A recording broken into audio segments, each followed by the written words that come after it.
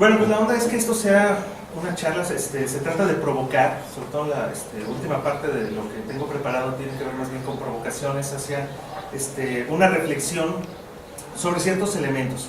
Y al principio probablemente me voy a salir como de contexto cinematográfico que voy a tratar de estarlo ampliando. Porque a mí me parece muy importante que tratemos de entender que la lógica del pensamiento cinematográfico no se queda solamente en el producto de la sala de cine que va uno y ve o luego renta la película o la compra pirata, sino que empieza a, más bien ya ha permeado de manera importante la forma en la cual estamos concibiendo el mundo, es decir, la manera en la cual estamos desarrollando los imaginarios. No es solamente que existe Star Wars y que la historia esté bien emocionada, es que hay gente que está concibiendo sus decisiones de vida a partir de si se acercan al lado oscuro o al lado luminoso, ¿no? Gente que se siente Sith y estudian psicología, etc. Entonces, ay, ¿por qué Star Wars? Y luego tú pusiste las fotos de Star Wars y me dio que casi no iba a poner nada. Hay que entender que el universo, la existencia del universo es un proceso de comunicación. Desde su base más sencilla, que es este intercambio de partículas subatómicas que le dan coherencia a la materia. Eso es un proceso de comunicación. Entonces no se puede entender la existencia si no es a partir de esta comprensión de intercambio de X, Y, Z cosas, ¿no? Desde estas partículas subatómicas hasta ideas, que además es como muy complicado tratar de entender cómo demonios algo que no es tangible puede estar de un lado para otro moviéndose, etc.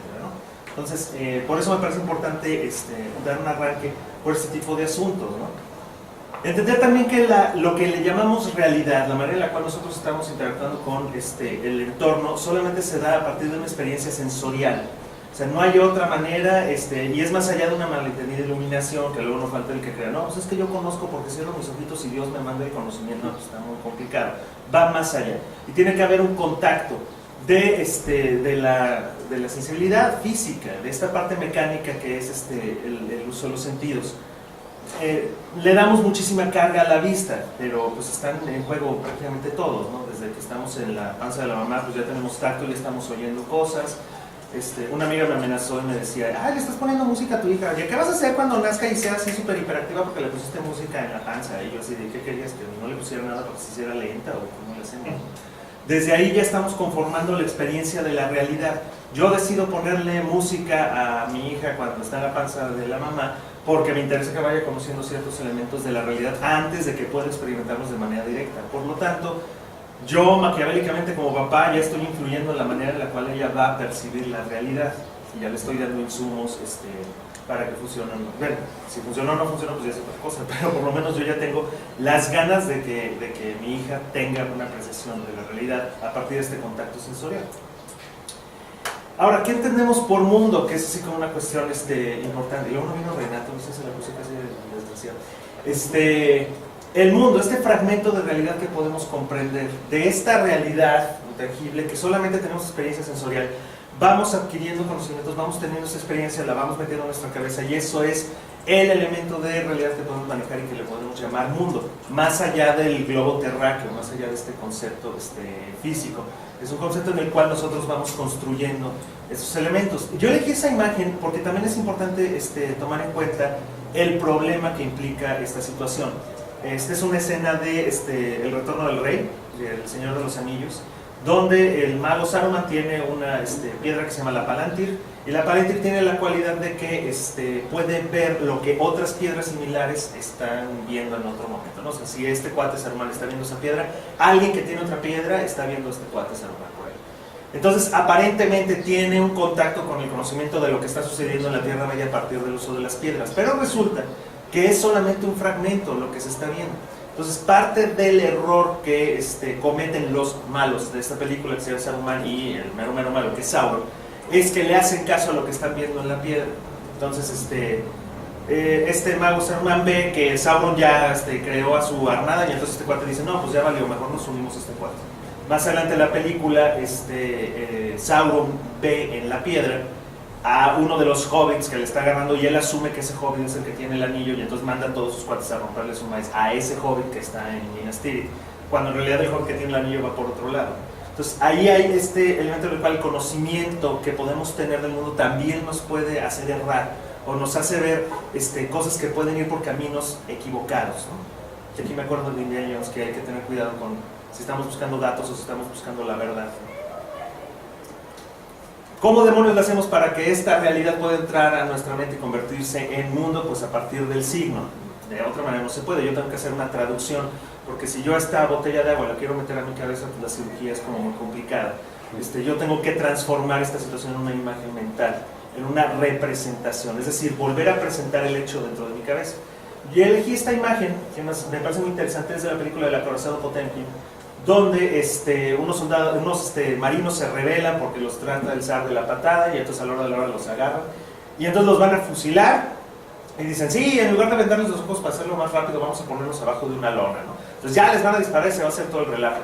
Se supone que la película trata de recrear los hechos de 1905 y no faltó alguien que de repente salió a decir, sí, yo estaba abajo de la lona en 1905 junto con todos los demás, cuando resulta que no fue cierto eso. Es decir, esta es una representación simbólica de lo que supuestamente sucedió y el director decidió poner la escena de la lona para que se viera como bien emocionante, pero en ningún lado había un dato histórico que hablara de la dichosa lona. Entonces, ¿qué fue lo que pasó? Que a final de cuentas el hecho representado empieza también a adquirir las características de real y mucha gente se quedó con la imagen de que eso es realmente lo que había sucedido, independientemente de si pasó así o no. Y yo creo que a todo el mundo nos ha sucedido eso en algún momento, ¿no? Pasó una cosa y yo me acuerdo que era así, alguien llega y me lo cuenta y vamos haciéndonos la imagen y de repente alguien sale con que ¿quieres ver el video de cuando estabas chiquito y ese fue tu cumpleaños? Y uno ve y dice, no manches, no era cierto, yo tenía una imagen. Es más, ni me acuerdo haber traído esa ropa o cosas por el estilo. Mi padre acaba de descubrir unas películas de Super 8 que grabó de cuando él tenía 17 años y no las ha visto desde que las filmó. Y entonces me dice, sí, es una película que se trata de esto y esto y esto y esto y esto. Entonces yo ya me dio miedo el día que la vea porque a mí se me hace que no es nada de lo que él está diciendo. Sí, tu tío sale en calzones en la calle, etc. Entonces a mí se me hace que no va a pasar eso, pero bueno, es esta manera de crear la realidad, de recrear la realidad dentro de nuestra mente que es el cambio. Aquí nos meteríamos con Borges, ¿no? Asunto de no el recuerdo, sino el recuerdo del recuerdo. Y de ahí nos brincamos al símbolo, que es la arbitrariedad convencional. O sea, yo decido que algo tenga un significado porque yo necesito que eso lo tenga. Esto nos sirve sobre todo cuando estamos hablando de conceptos que son inmateriales, cuando estamos hablando a lo mejor de sentimientos o estamos hablando de anhelos o de ideas, ¿no? La libertad, pues, ¿dónde la señalo? ¿Cómo demonios la hago para convertirla en algo que yo pueda estar intercambiando? No, pues agarrar unas cadenas rotas o una palomita volando y cosas por el estilo. Y aquí entonces, en el cine empiezan a surgir cosas como muy interesantes. Esta imagen es de la película de Vértigo, una escena onírica donde el personaje principal está soñando cosas medio alucinadoras. Será cuestión de revisar cuál es la convención a partir de lo que Hitchcock está queriendo manejar. Si uno ve la película puede reconocer a los personajes que están presentes ahí, pero empieza uno ya a brincarse ciertas situaciones en las cuales el mismo Hitchcock está provocando al espectador para que trate de ponerle un significado a determinadas imágenes. Porque, y eso es uno de los problemas, pero además uno de los hallazgos chidos que tenemos como especie humana, siempre estamos buscando orden en el caos. Le tenemos pavor al caos. Entonces, si nos ponen imágenes aparentemente inconexas, ching, ¿qué me quiso? Híjole, ¿qué es eso? ¿Por qué las flores? ¿Será lo femenino? Junto con el viento, cuando está en la parte del cementerio, allí hay etcétera, ¿no? El uso de los colores, entre otras 27,000 cosas, que probablemente la mitad tengan cierta razón, pero Hitchcock también está jugando a darnos pistas falsas, y eso es una de las esencias de su cine. Los dichos es un MacGuffin, ¿no? O sea, voy a poner un pretexto para que empiece a jalar la historia hacia este lado, cuando en realidad quiero hablar de esta otra cosa. Ahora, el lenguaje no es más que un sistema de signos. Pasar más allá del mecanismo no es solamente poner las partes sígnicas, sino además que son sistémicas. Tienen una forma de funcionar entre sí. Y además esta forma de funcionar es específica de cada uno de los elementos. Es decir, yo puedo tener un lenguaje cinematográfico, pero además hay un lenguaje específico de determinadas películas. Puede ser que se brinque entre películas, por ejemplo el caso del universo Kieslowski está lleno de referencias que se brincan de películas a otras. El principal ejemplo, bueno, de los que a mí me llegan es el compositor Van der Budenmeyer, que ni existe, pero este cuate se emociona junto con su guionista y para todo lo pone, ¿no? Y además el músico Preisner se emociona también y ya casi que va a sacar un disco completo de música de Van der Budenmeyer. Aquí voy a poner un ejemplo en un slide de el uso del color rojo en la película de Belleza Americana, ¿no? Como un elemento de deseo. La película empieza diciéndonos que el personaje principal está muerto, nadie lo engaña, desde el principio dice, sí, yo me quedan 2 meses de vida y me voy a morir y bla, bla, bla, ¿no? Entonces es muy interesante cómo los pétalos de rosa están hablando de diferentes maneras de expresar el deseo. Este personaje empieza cortando las rosas, eso me llama mucho la atención, es decir, hay un corte del deseo en cuanto a el uso de la flor. ¿Para qué? Para tenerlo como algo intocable que tiene que permanecer aislado de los demás personajes. Ahí están de adorno las rositas, ¿no? Mientras tanto, este cuate anda fantaseando con la amiga de su hija, qué raro. Y la expresión del deseo sexual no tiene que ver necesariamente con que esta Mena Soberbi esté así como muy sabroso, muy buena. Al contrario, en lugar de apelar a la estética corporal de la chava, está apelando a lo que este cuate está necesitando dentro de esta chava. Tal cual, el pétalo de rosa como este elemento de deseo. Ella está en el techo del cuarto de este cuate, saludándole con sus petalitos de rosa, después a él le caen encima. La fantasía de sí, estoy sucia, necesito que me bañes, por favor, y me vas a bañar en el deseo sexual, etc. Cuando decide tomar las riendas de su vida, el tío tiene un cochecito, se jugando con él, pero en primer plano están estas flores ya presentes. Y el elemento ominoso, la casa con la puerta roja, al principio de la película salen todos de esa puerta roja, pero cuando la esposa regresa queriendo, entre comillas, porque no lo va a hacer, matar al marido, aquí está ya la puerta roja y el color rojo, sangre sobre la blancura de la cocina en la cual le disparan a este cuate. Entre otros ejemplos, más que ya no me cupieron ahí porque ya está de por sí como muy barrocamente aperrado. Pero ese elemento de esas rosas en particular funcionan para esta película, no necesariamente van a funcionar para otra. Este sistema de signos basado en el uso del color rojo y de las rosas es específico de esta película. Si uno ve Sexto Sentido, ahí el color rojo funciona de otra manera. Cada que sale color rojo va a salir un fantasma y te van a asustar. Entonces ya es así como color rojo. ¡Me viene susto, me viene susto! Como toda película de terror, cada que se queda en silencio y viene el guamazo. Ya está el sistema más o menos preestablecido y hay un lenguaje específico, no solo del cine, sino también un lenguaje para cada una de las películas. Ahora, si nos vamos a las referencias de este señor Don Platón, que a diferencia de su maestro sí estaba guapo, Don Platón decía que es imposible llegar a conocer la realidad tal cual. Lo que estamos conociendo es la experiencia de la realidad a partir de lo sensorial, y pone el dichoso ejemplo de la caverna, ¿no? Es decir, nosotros no estamos más que al fondo de la caverna y lo que vemos son las sombras, y con las sombras medio nos hacemos una idea de qué es lo que hay, pero allá afuera hay algo que de veras está bien chido, etcétera, etcétera. Me llama la atención porque evidentemente el cine no es más que esta expresión de la caverna, es decir, hay una proyección de sombras que nosotros estamos viendo en una pantalla, y lo interesante del caso es qué pasa cuando alguien deliberadamente va a plantearnos sombras. No son las sombras de la realidad, son las sombras de lo que alguien quiere que nosotros entendamos por realidad, y entonces nuestra percepción de lo que es real es alterada, por lo menos delimitada por un ente externo, no por un agente de la naturaleza, no por algo que realmente sucede. Y entonces por eso pongo acá estos dos que no son los reales, pero son las representaciones simbólicas de Freud y de Jung, cuando nos empiezan a hablar de qué es esa cuestión que está oculta. Freud metiéndose con este asunto de la represión, por qué de repente hay cosas que se expresan de una manera que en lugar de ser gozoso, que nos dé chance de sentirnos bien, más bien nos hacen daño. Lo normal sería que si a mí me pasa algo feo, lo traslade por algo bonito y me evito la bronca, por algo placentero. Pero ¿por qué diablos nos estamos encargando de que sea algo que me causa dolor? En el caso de Freud, el rollo de la histeria, que si no puedes mover las piernas, o que si te quedas ciego, sin una causa biológica aparente. Y entonces Freud empieza a hablar, a mí se me hace que hay una cosa que se llama inconsciente, ¿no? Y a la hora que dice eso, en pleno finales del 19, principios del 20, en el auge del positivismo, pues todo el mundo se queda así como, güey, a ver, pruebas. Dice, pues es que las pruebas son indirectas, no te puedo decir exactamente por qué. Lo que estamos viendo es la presencia de algo que yo no puedo tocar. Es decir, yo no puedo señalar la realidad, pero puedo señalarte la sombra que está metida de este lado. Jung, por otra parte, aprovecha ciertos elementos y desarrolla otra noción de sombra que tiene que ver con esa parte que nosotros mismos no sabemos a qué horas va a brincar, pero que traemos junto con nosotros y que no podemos reconocer. Y es como el capítulo ese de Los Simpson de, ay, ¿dónde quedó mis llaves? Ay, hijo, seguramente están en el lugar donde menos te lo esperas. Pues qué difícil, no sé si no puedes imaginar dónde están, ya valió. Después voy a regresar un poco con este par de cuates, ¿no? Por lo tanto, ¿qué es la realidad? Pues platicando con filósofos acá muy duchos, se aventaron una definición así. Es que la realidad es interpretación, es voluntad y es percepción. Es decir, nos vamos de Saussure, pasando por Nietzsche, terminando con Deleuze, o sea, una cosa por el estilo. Y pongo esta imagen porque hay una escena donde, en esta escena, en el episodio 3 de Star Wars, voltea Palpatine y le dice a Anakin, bueno, pero pues al final de cuentas la verdad es un punto de vista, ¿no? Y es exactamente lo mismo que le dice Obi-Wan Kenobi a Luke Skywalker en el episodio 5.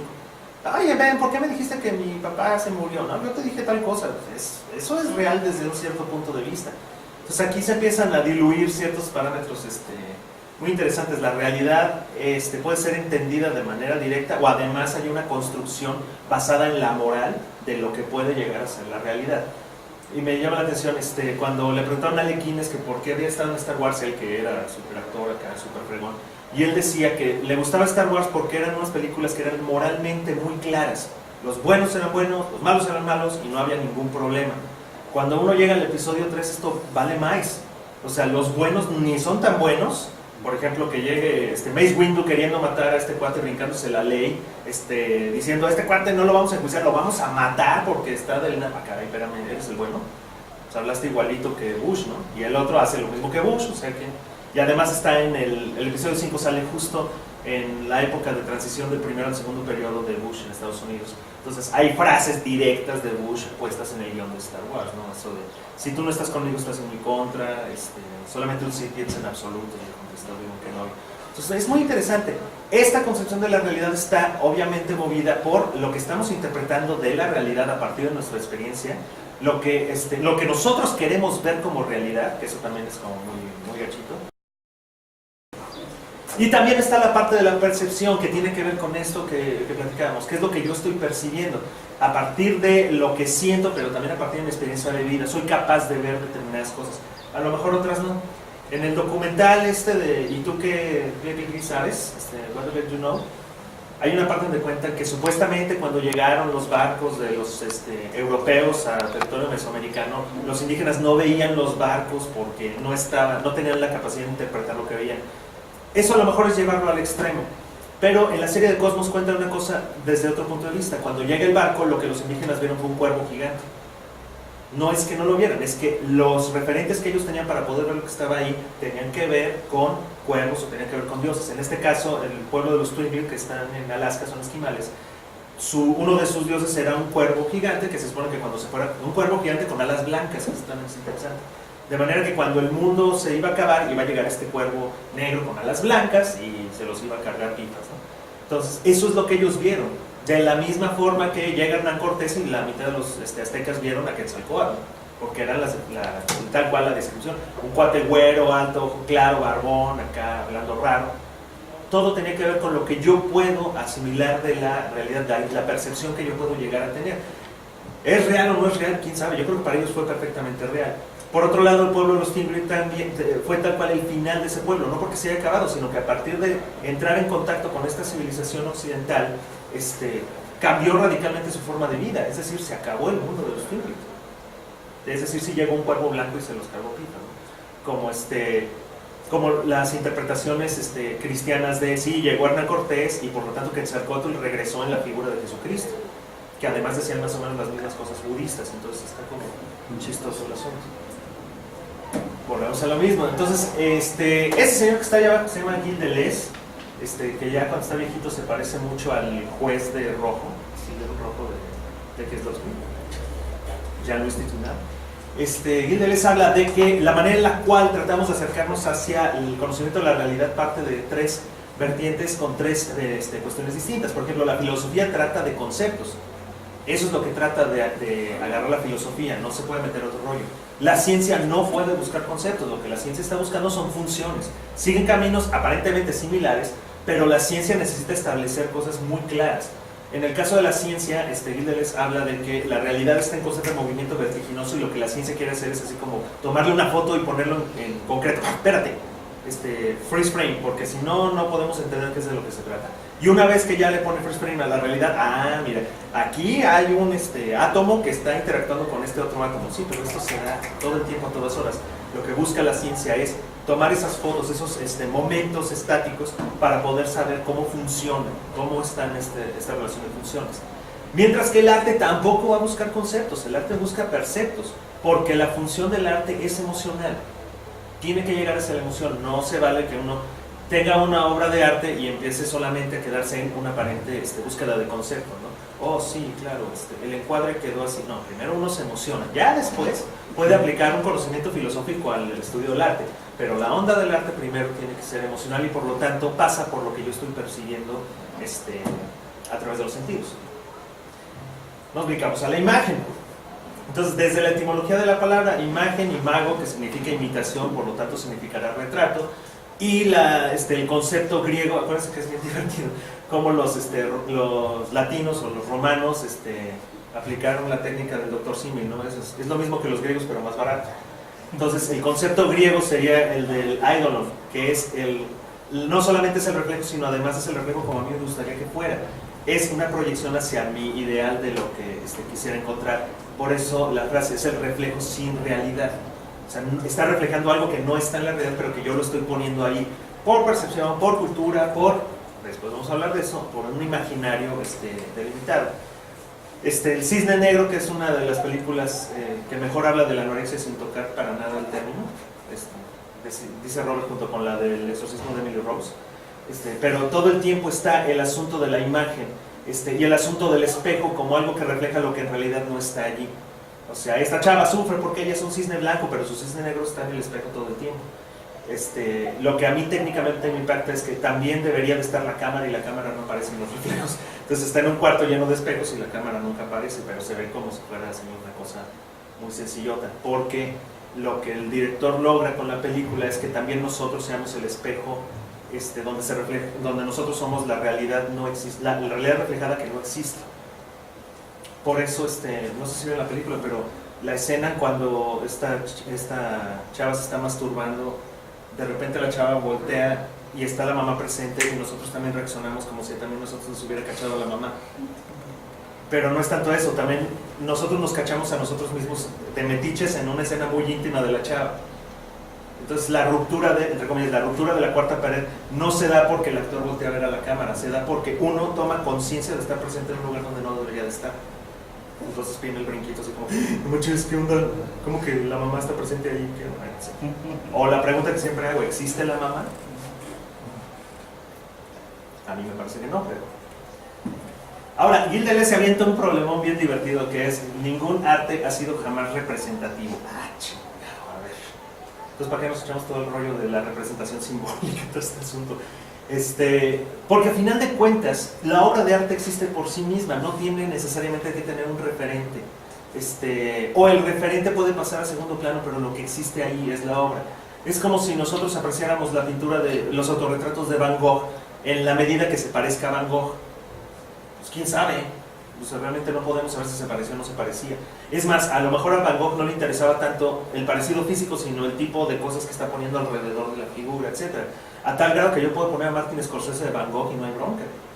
Ahí está presente. Porque no está él está representando a Van Gogh, pero la película no está hablando de la representación de algo existente, sino de la pura existencia de la obra. Y yo puedo ser representante puedo agarrar la obra como una representación de algo, pero la obra por sí misma se convierte en el punto de origen. Ahí nos metemos en una broncototota.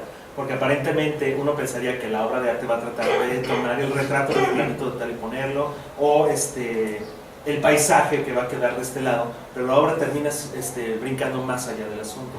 Un ejemplo, el primer intento de Miguel Ángel a la hora de pintar a los apóstoles en el techo de la Capilla Sixtina, pues fue poner puro borracho, ¿no? Entonces, ¿está representando al borracho? No, está agarrando al borracho como modelo, pero lo que está haciendo ahí es otra cosa, está plasmando un rostro, o lo que hacía, creo que era el Greco, que pintaba a sus santos y en realidad se iba a los manicomios a ver a los locos acá, todos alucinados, y era la manera en la cual pintaba sus santitos en éxtasis. Ahora, a final de cuentas, el cine es la conciencia de una ilusión, igual el arte. Es decir, yo voy a ver una película y yo sé que lo que estoy viendo no es real, pero yo me estoy permitiendo experimentar esta situación como si fuera realidad. Soy consciente de que no es cierto. Escogí esta foto porque además ahora resulta que para ver una película no solamente hay que ir al espacio, sino además me tengo que poner un artilugio para poder apreciar la película, en teoría, ¿no? Entonces me pongo mis lentecitos de entrada y me quedo pensando, híjole, ¿yo cómo voy a llevar a mi papá si usa lentes a ponerse los lentes de 3D con payaso queso? Y yo digo, chale, si no me hubiera operado de los ojos, ¿cómo le estaría haciendo? El doble lente puesto así como... Y entonces soy todavía más consciente de que mi experiencia está mediada a partir de algo que está presente allí, no es directa. Sin embargo, tenemos la intención previa de ir a vivirlo de esa manera. No, es lo que estaba Eric Rubin ahí.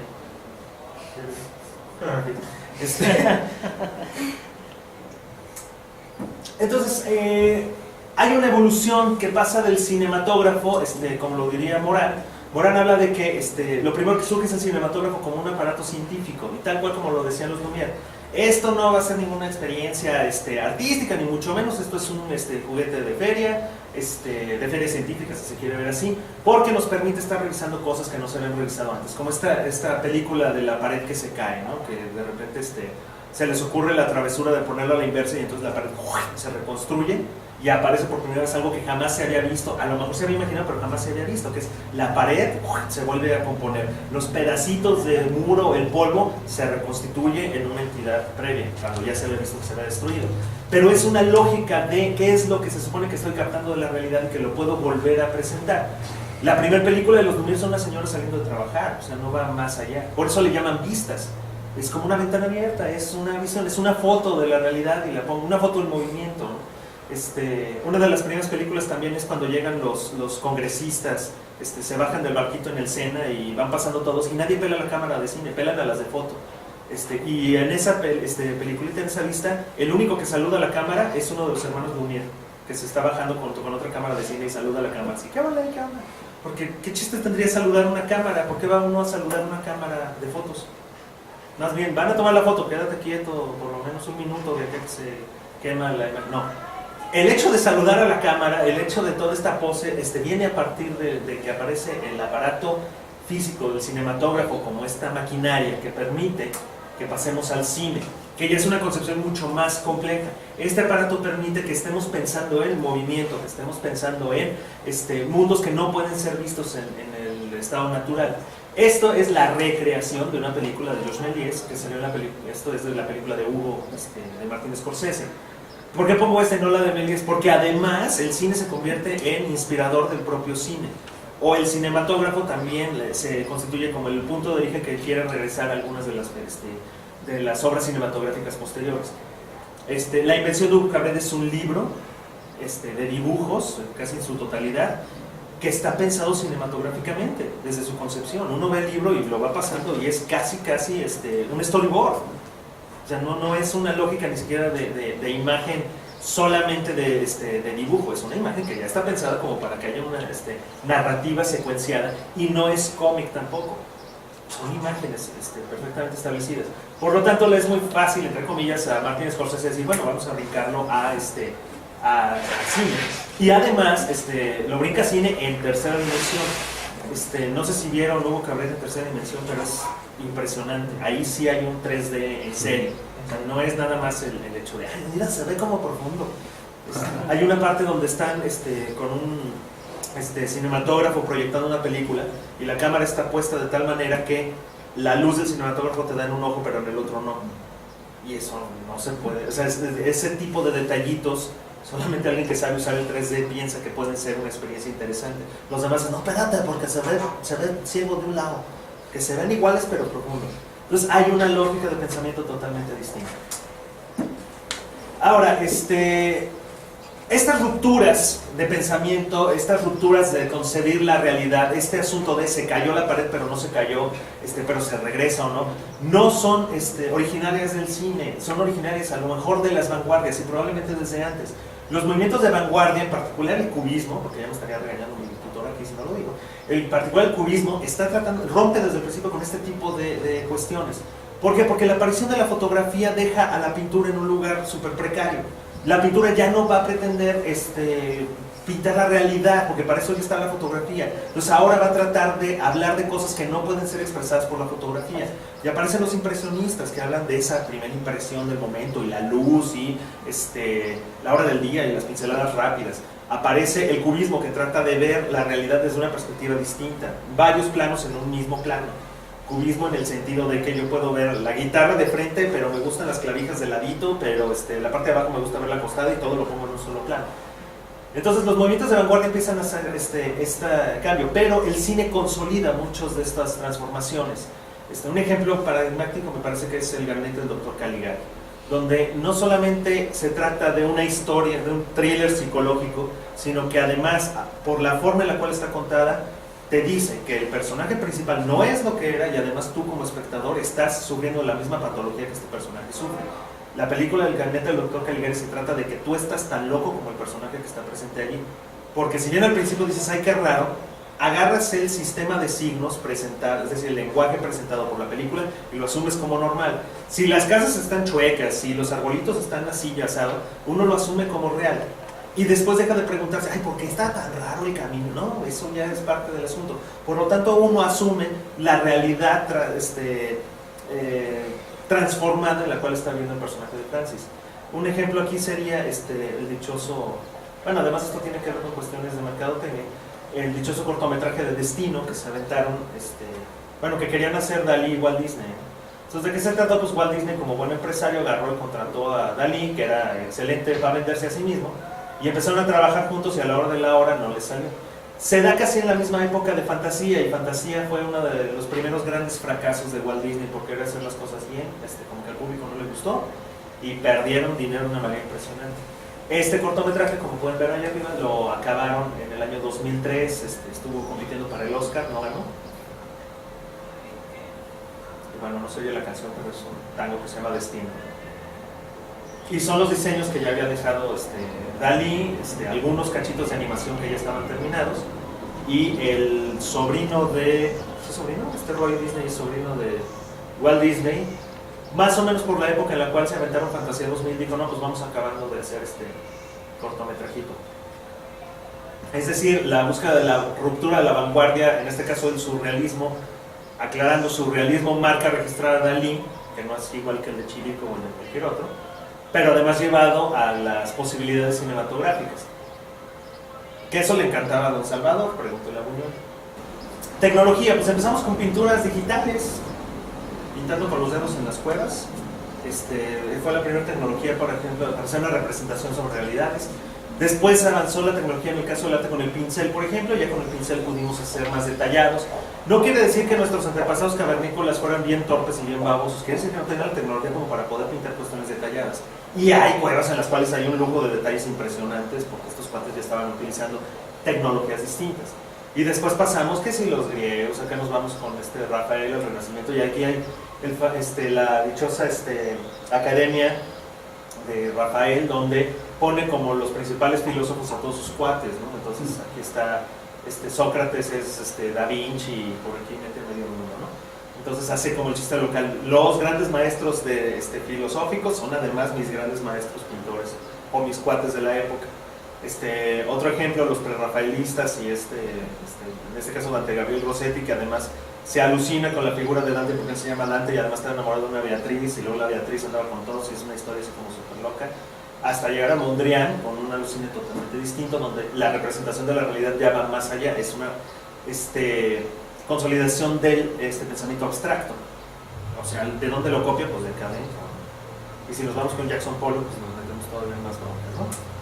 Para pasar de regreso a lo digital, es decir, la posibilidad de crear imágenes que asemejen una supuesta realidad, o por lo menos lo que nosotros estamos entendiendo como realidad, y digamos, ¡ah, qué bárbaro! Se ve bien realista, y 2 años después digamos, ¡ay, se ve bien chafa!, ¿no?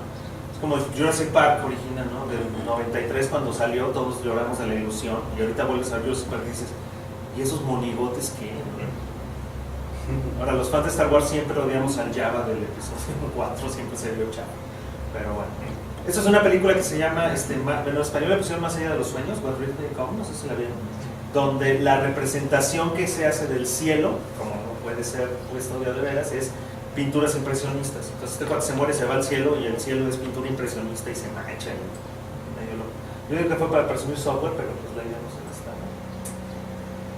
Entonces aparecen los medios. Acuérdense que el medio es lo que está en medio del proceso de comunicación para facilitar las cosas, porque no se puede hablar directamente y entonces necesito yo un artefacto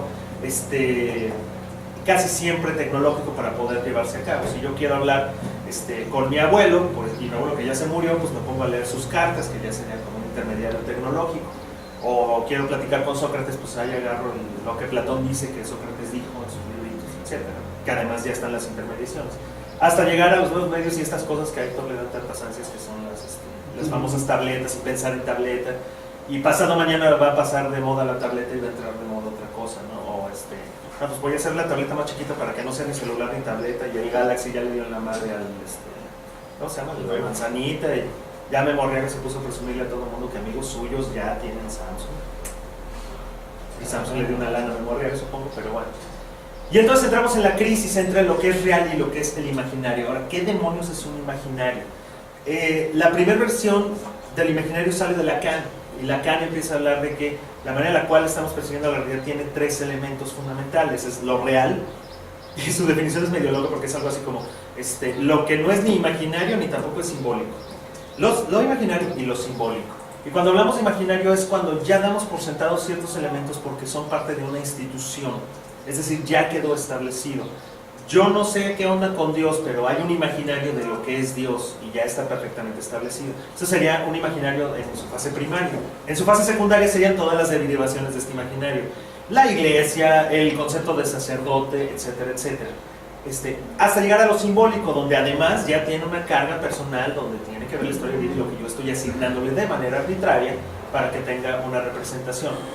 Entonces, ¿qué es lo real o en dónde estamos moviéndonos? ¿En lo verdaderamente real o estamos en la base de lo imaginario? Y entra Castoriadis, que además, aprovechando que yo no sabía que estaba casado con una psicoanalista, por lo tanto, pues ahí Lacan se mueve acá el asunto.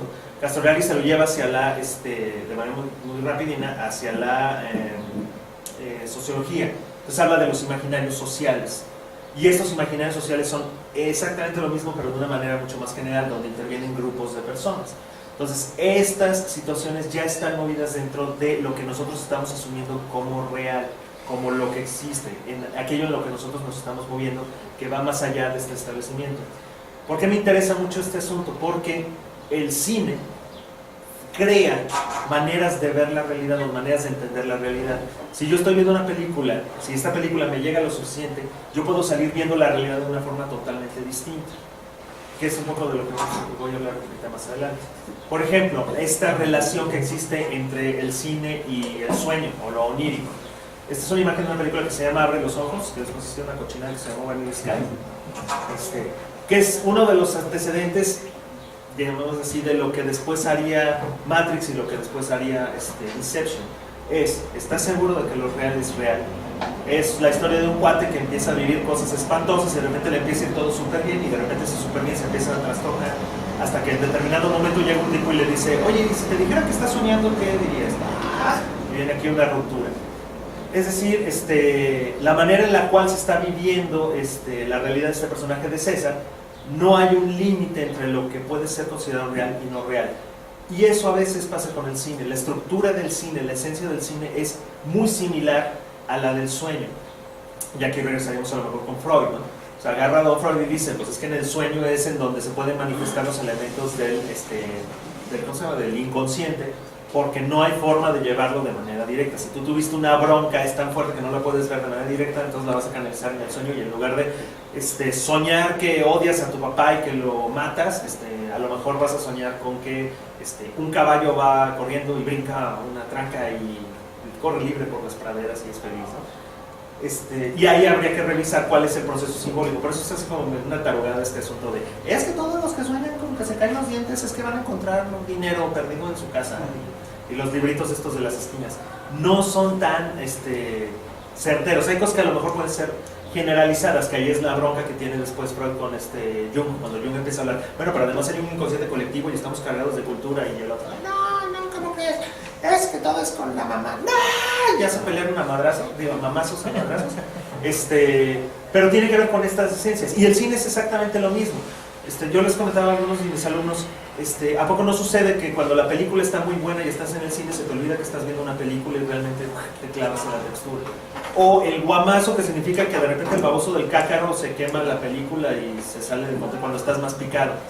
Llámese premier del episodio 1 de Star Wars, a los que estábamos ahí hace ya bastantes añitos, cuando de repente a media película, en una parte muy interesante, ¿van a entrenar a Anakin Skywalker? No, no lo vamos a entrenar, corta la película.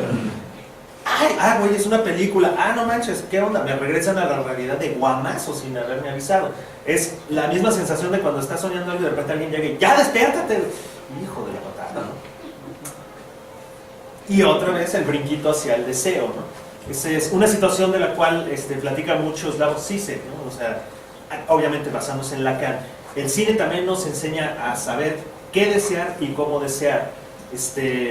Uno de los ejemplos que nos ponía en clase Rodolfo Horner, que estoy seguro que lo sacó de otro lado, pero tenía cierta razón, es que a su generación el cine les enseñó a besar. Ese este rollo de, ¿cómo aprendiste a besar? No, pues porque estaba viendo una película y veía cómo le hacían, y pues ya cuando estaba yo con mi chava, pues me ponía de ladito, ¿no? Le hacía así, ya sabes, porque en la película fulana hicieron tal cosa, ¿no? A grados a lo mejor más enfermizos, como por ejemplo, ¿cuáles son los pasos del acto sexual según el cine porno, ¿no? O sea, tienes que empezar aquí, luego haces esto, luego haces esto, bla, bla, bla, bla, y vas a terminar de tal o cual forma, a menos que la película sea hardcore, y entonces intervienen otros y otros factores ahí en el asunto, ¿no? Pero esto también nos está diciendo por dónde nos vayamos. El cine nos dice que decía, me llama mucho la atención la película de Amélie porque se trata de esos pequeños apetitos que tienen los personajes. Todo el inicio de Amélie, mientras presentan a los personajes, nos dicen quiénes son, a qué se dedican, pero también nos dicen qué les gusta. Entonces es muy chistoso, ¿no? A Amélie le gusta meter la mano en los frijolitos, ¿no? Se le gusta romper con la cuchara la crème brûlée. Pero al otro cuate le gusta tronar las bolitas de los empaques, ¿no? Pues, no sé si se acuerdan. O le gusta estar espiando a su exnovia, ¿no? Qué raro, ¿no? Y a la exnovia le gusta que el otro la espíe, que no sea, etcétera. Nos van diciendo cómo funcionan estos personajes. Llevados además a un rollo todavía más alucinado. Dos cositas con Amélie. Cuando filmaron Amélie, le prohibieron la entrada a Montmartre a cualquier persona negra.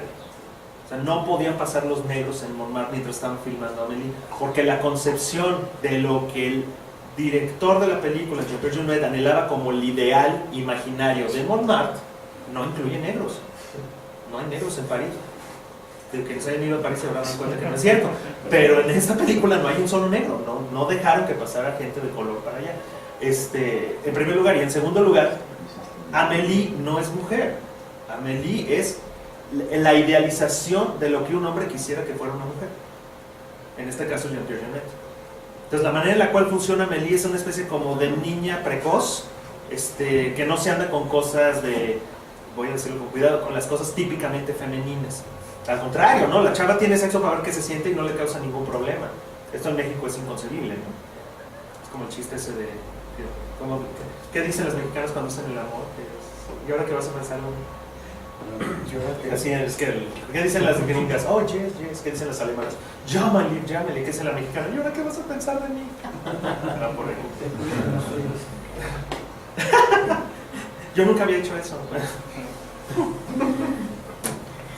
Y entonces estamos ahorita en este momento de inflexión, donde viene toda esta vorágine de cosas y nuevos medios y nueva manera de ver las cosas. De repente llega una necesidad de decir, a ver, espérame, ¿qué pasa? ¿No? Y me llama mucho la atención lo que sucede con la película de Iron Man 3. ¿La vieron todos? ¿Sí? No se les voy a echar a perder sobre. Alguien decía, es que la película de Iron Man se trata de Tony Stark, no se trata de Iron Man.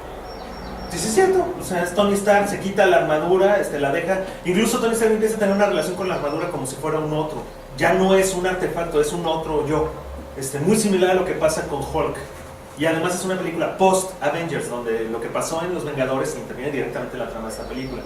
Este cuate que empieza a sufrir de estrés postraumático, ¿no? O sea, ¿por qué va a tener? O sea, toda la vida le han hecho de cosas y solamente hasta ese momento ya se siente gacho porque lo rescata Hulk en la otra película. Y empieza a hablar de Iron Man como si de verdad fuera otra entidad. El mismo guión de la película está previendo o está jugando con la salida del actor. Porque lo grueso de este asunto es que, de no ser por Robert Downey Jr. y por la creación del personaje de Tony Stark, que son uno para el otro, o sea, yo creo que este cuate no actúa, improvisa, hace sus cosas, funciona Marvel y funcionó todas las demás películas. Es más, las previas ni siquiera las pelan, por ejemplo la de Hulk, pues es así como, bueno, sí, bye, ahí nos vemos. Pero a partir del éxito que tiene Iron Man, por el éxito que tiene Robert Downey Jr. Como Iron Man, como Tony Stark, ¿qué van a hacer el día que este cuate ya no quiere estar ahí? ¿Se acaba la franquicia? Entonces es una película para decirnos, no, bueno, Iron Man es esto, el actor no tiene que ser necesariamente Iron Man. Es más, vamos al final a quitarle su dispositivo ARC para que ya ni siquiera tenga ese poder especial que podría tener cualquier otro. Pues igual y cualquier menso se pone la armadura, igual que el Iron Patriot, ¿no?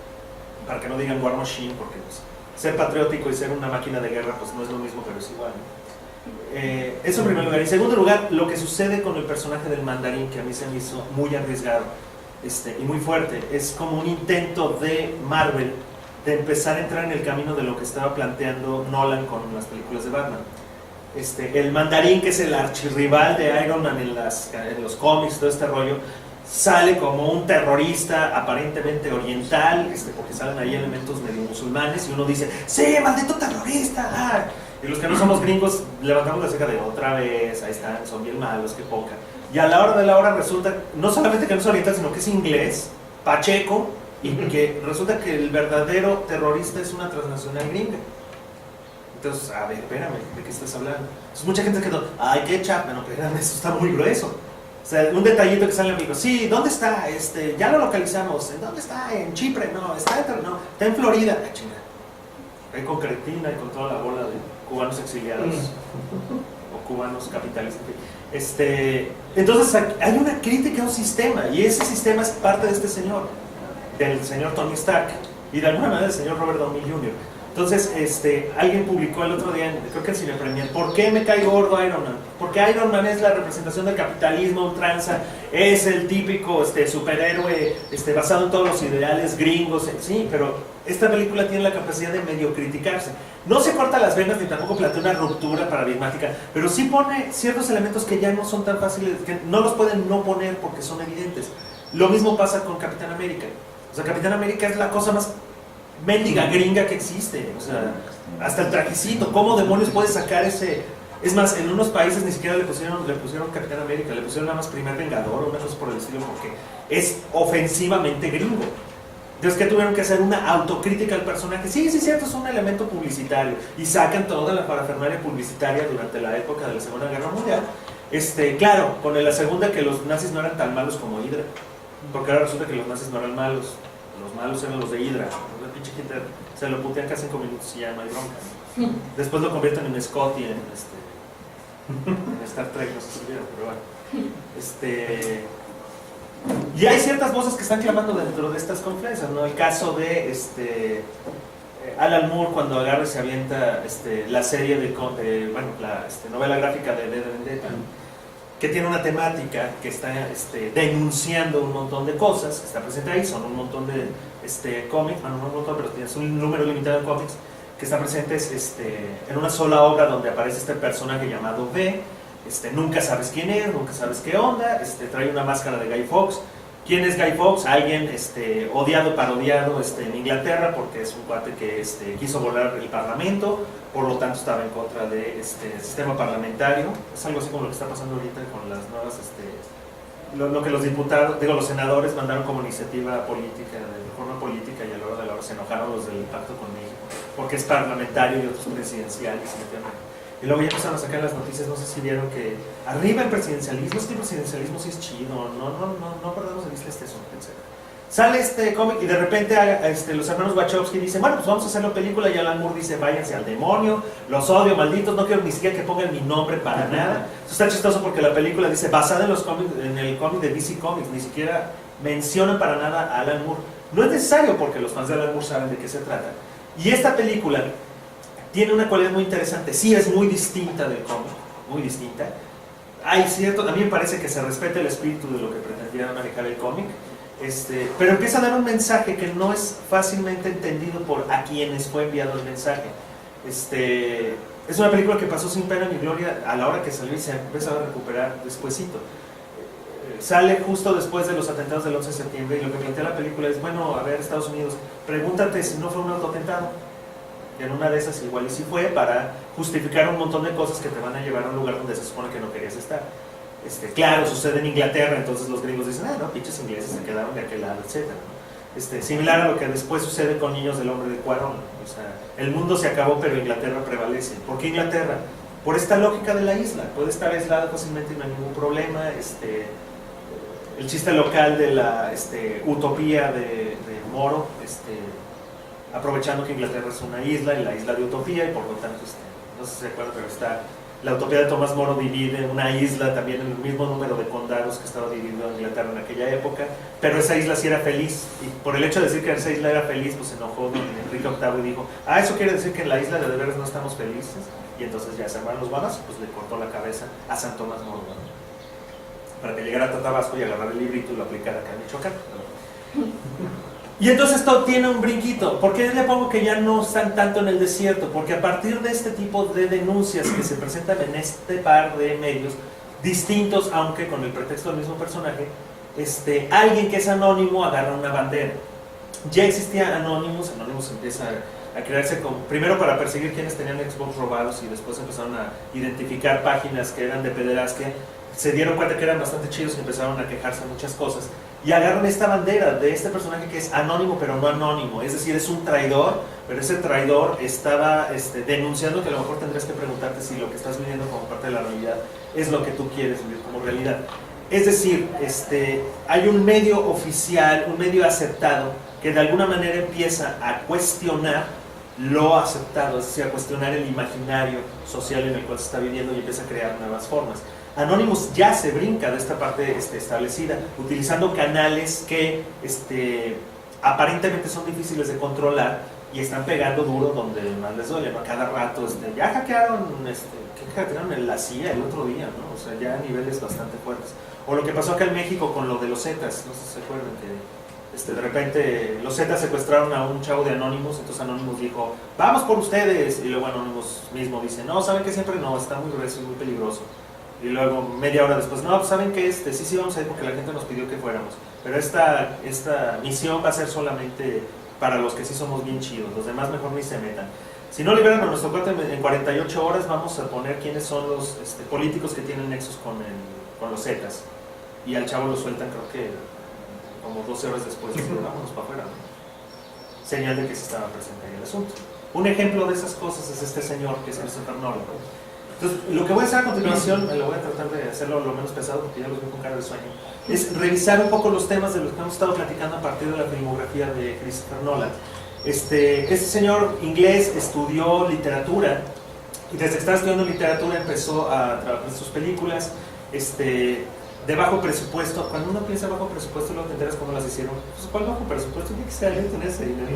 Pero empezó a filmar como cuestión de guerrilla, ¿no? O sea, agarra la cámara y córrele, filma, hazlo, ahora vámonos, corriendo para acá, etc., ¿no? Estas son sus películas: The Following, Memento, Insomnia, Batman, The Prestige, Batman 2, Inception, Batman 3. Y Interstellar es la nueva que está haciendo. Interstellar está interesante porque es un proyecto que estuvo desarrollando durante 7 años Steven Spielberg, y de repente dijo, ay, no, ¿saben qué? Siempre no. Y entonces lo recoge Christopher Nolan. Y me llama la atención porque, como a manera de paréntesis, un poco algo de lo que hemos estado platicando tiene que ver con cuál es la ruptura planteada por gente como Steven Spielberg, George Lucas, estos dos auspiciados por Francis Ford Coppola, junto con Scorsese, junto con Brian De Palma, que de repente se vuelven ya como elementos paradigmáticos. Si bien transforman la manera de hacer cine, Coppola con El Padrino, por ejemplo, o lo que intentó hacer al principio George Lucas con THX, que es bastante fuerte, y que termina haciéndolo en serio con American Graffiti, como diciendo, mira, sí se puede hacer musicales sin que la gente cante ridículamente. Miren, pero American Graffiti es una especie de vaselina, pero sin bailecitos. Y que lo consolida con Star Wars, cuando el tipo lo que estaba haciendo con Star Wars es necesito lana para hacer otra cosa, y le pegó y le funcionó. O Steven Spielberg con el manejo del suspenso con Tiburón y sus alucines con los extraterrestres, que se avientan 15 cuantas películas seguidas de extraterrestres, hasta juntarse con George Lucas, se avientan Indiana Jones y se van para arriba a ganar millones y millones y millones de dólares, mientras los estudios se quedan viendo así como, no manches, esta bola de squinties, ¿cómo demonios están juntando tanta lana? Digamos que el éxito que empiezan a tener estos cuates es 10 años después de lo que había conseguido Easy Rider, que también fue más o menos lo mismo. Agárrate la cámara, filmas, ponemos Pacheco por primera vez en su vida a Jack Nicholson, que sucede en Easy Rider, Y resulta que la película gana una millonada y costó una nadita, y además es una película que va, entre comillas, en contra de los valores del American Way of Life, y empieza a cuestionar muchas cosas. Y de repente estos cuates que son revolucionarios terminan convirtiéndose en estudios por sí mismos. En el comentario de audio del episodio 3, George Lucas de repente dice, yo cuando hice Star Wars lo que luché fue por tener mi independencia y de hacer lo que yo quisiera sin que los estudios me estuvieran fregando, pero pues para hacer eso tuve que convertirme en una corporación, ahora yo soy exactamente lo mismo contra lo que luchaba. Entonces él lo dice así, yo me convertí en el emperador, también yo estoy diciendo si pasan o no pasan los proyectos de la gente, yo soy un hojaldra, así como fueron hojaldras conmigo, y pues es como muy triste, pero yo Lucas, ahí entiende uno por qué lo vendió Star Wars, pues ya estaba hasta la madre de hacer este rollo. Y de repente los nuevos directores se empiezan a acercar a esta gente, ¿no? El caso de J.J. Abrams con Super 8, que es algo así como, te quiero, George Lucas te quiero, Steven Spielberg, de verdad, júntenme, ¿no? Por eso no es extraño J.J. Abrams a dirigir el episodio 7, pues si hay alguien que entiende Star Wars es ese señor, ha vivido Star Wars desde el principio, ¿no? Con sus referencias, con la manera de hacer las películas, etc. Y es raro como Insomnia, por ejemplo, es una película que es un remake de una película noruega, pero los derechos los compra ¿cómo se llama? El que hizo la gran estafa, ¿se acuerdan? Soderbergh, ajá. Compra los derechos Soderbergh y dice, pues este chavo que hizo Memento pues se ve chido, vamos a soltarle esta peli a ver qué hacen, ¿no? Entonces ahí hay Soderbergh como una especie de motor para sacar nuevos talentos, a llegar al caso de que este cuate ya hace lo que se le pega la gana, sobre todo con The Dark Knight, es una película bastante fuerte, y Dark Knight Rises, ahorita vamos a hablar de por qué es fuerte el asunto, de manera que ahora agarra lo que Steven Spielberg no puede hacer. Steven Spielberg dice, yo ya no agarro este lenguaje, mejor que lo haga Nolan, y Nolan tiene las ganas de decir, voy a hacer el proyecto que no iba a ser Steven Spielberg, es muy llamativo. Sería como pensar, ¿y Nolan de quién va a ser el mentor? ¿A qué gente va a empezar a auspiciar Nolan? Como para ver si hay una continuidad o no. Una cosa importante con Christopher Nolan es que a la inversa de la mayoría de los creadores actuales en Hollywood, no se está yendo por el lado del avance tecnológico, sino más bien de la depuración tecnológica. ¿Qué quiero decir? Cuando hace Inception le dicen, fírmala en 3D, mi rey, y el otro parte dice, no, ni madres, porque es una película demasiado compleja. Si la pongo en 3D, la gente va a estar más clavada en que está en 3D que en entender la trama y va a ser un relajo. Oye, Caballero de la Noche asciende, fírmala en 3D. No, prefiero filmarla en IMAX. Entonces, este cuate en lugar de irse por el lado de 3D, qué padre, que a 48 cuadros por segundo, tipo el Hobbit, no, él decide, no, mejor la quiero hacer en un formato grandotote de película, que en IMAX para que se vea chida, ¿no? No sé si vieron, en Explora estuvo Dark Knight Rises, es otra cosa en IMAX, ¿eh? Sí, es impresionante la diferencia, sí es... Yo no la quería ver porque estaba doblada al español, pero qué bueno, porque si no hubiera sido un relajo con ver las letritas y luego voltear a ver así, en fin. Bueno, cuestionamientos. Empieza Nolan preguntándose cuál es el punto de vista, cómo funciona la manera en la cual nos acercamos a la realidad a partir de dónde estamos. Y ahí se brinca un poco con la relatividad y este asunto de no existen puntos de vista privilegiados, o el punto de vista nos va a hacer ver las cosas de manera distinta. Esta es una de las primeras películas que hace Christopher Nolan. ¿Desde qué punto de vista estamos viendo lo que llamamos realidad? Pues es una cuestión relativa. Este cuarto está queriendo matar algo que no sabemos qué es, cuando ya nos damos cuenta que en realidad es él en chiquito, pues podemos asumir que hay alguien más arriba que está queriendo matar al de arriba, como vemos que el chiquito está queriendo matar algo que no alcanzamos a ver. Es decir, hay diferentes planos. Esto es una cosa que va a estar presente en las películas de Nolan. Hay diferentes planos o diferentes niveles de realidad que se van a estar cuestionando y que ninguno puede ser tomado como el único o como el que prevalece, por el contrario. The Following, que es una película más complicada de conseguir, se trata de un cuate que de repente empieza a seguir a la gente, a extraños, para tratar de inspirarse por lo que está escribiendo, hasta que eventualmente, por andar siguiendo gente, se mete en una broncota por no saber mantener esta dichosa, entre comillas, sana distancia, de manera que la realidad de los demás se vuelve su propia realidad y empieza a meterse en estas vidas ajenas, y las vidas ajenas lo empiezan a meter al personaje dentro. Curioso, el personaje no tiene nombre, pero en un determinado momento se hace llamar Cobb, que después es el nombre del personaje de Inception. Memento, soy yo o mis recuerdos o qué forma parte de lo que realmente soy. Esa película es bastante fuerte porque aquí ya es fuerte no solamente por el planteamiento final que termina siendo el principio, sino además por la manera en la cual está hecha. Y entonces aquí hay una diferenciación muy interesante.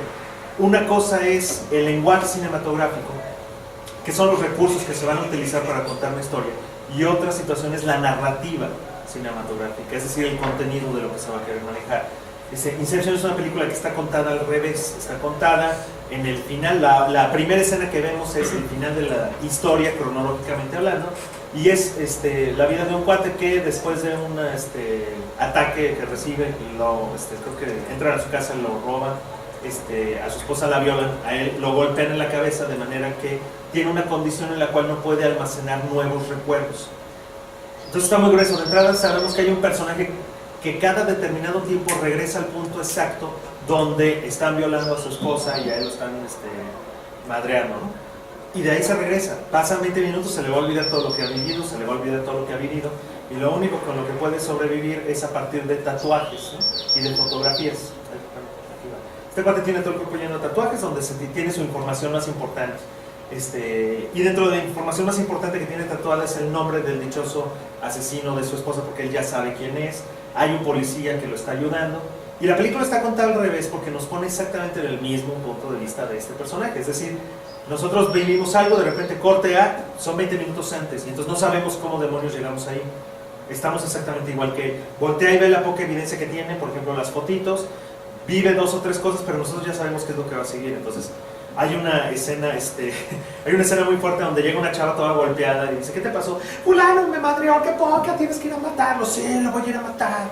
Se regresan 20 minutos y la chava llega y: eres un idiota, eres un pendejo, no me digas así. Sí, es un idiota. Y él es el que golpea a la chava, y la chava le dice: ¿sabes qué? ¿Sabes qué es lo peor, mi idiota? Es que ahorita que me salga y regrese a la casa no te vas a acordar ni de lo que pasó, pero nosotros ya sabemos qué es lo que pasó, etcétera. Toda la película está contada así.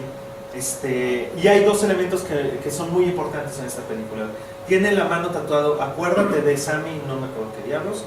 Y Sammy, no me acuerdo qué diablos, es este cuate que tiene exactamente la misma condición que él, y su esposa está perfectamente segura de que en determinado momento este cuate sí está teniendo nuevos recuerdos, ¿no?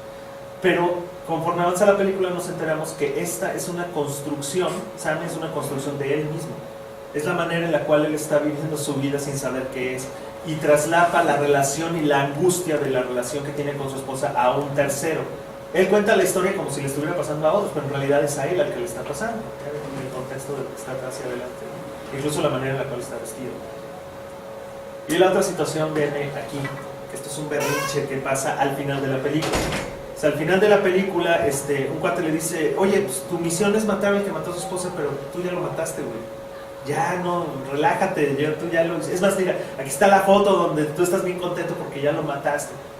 Y este cuate dice: lo siento, pero pues si es la única forma que tienes para que tu vida tenga sentido, pues vete buscando otra porque ya valió.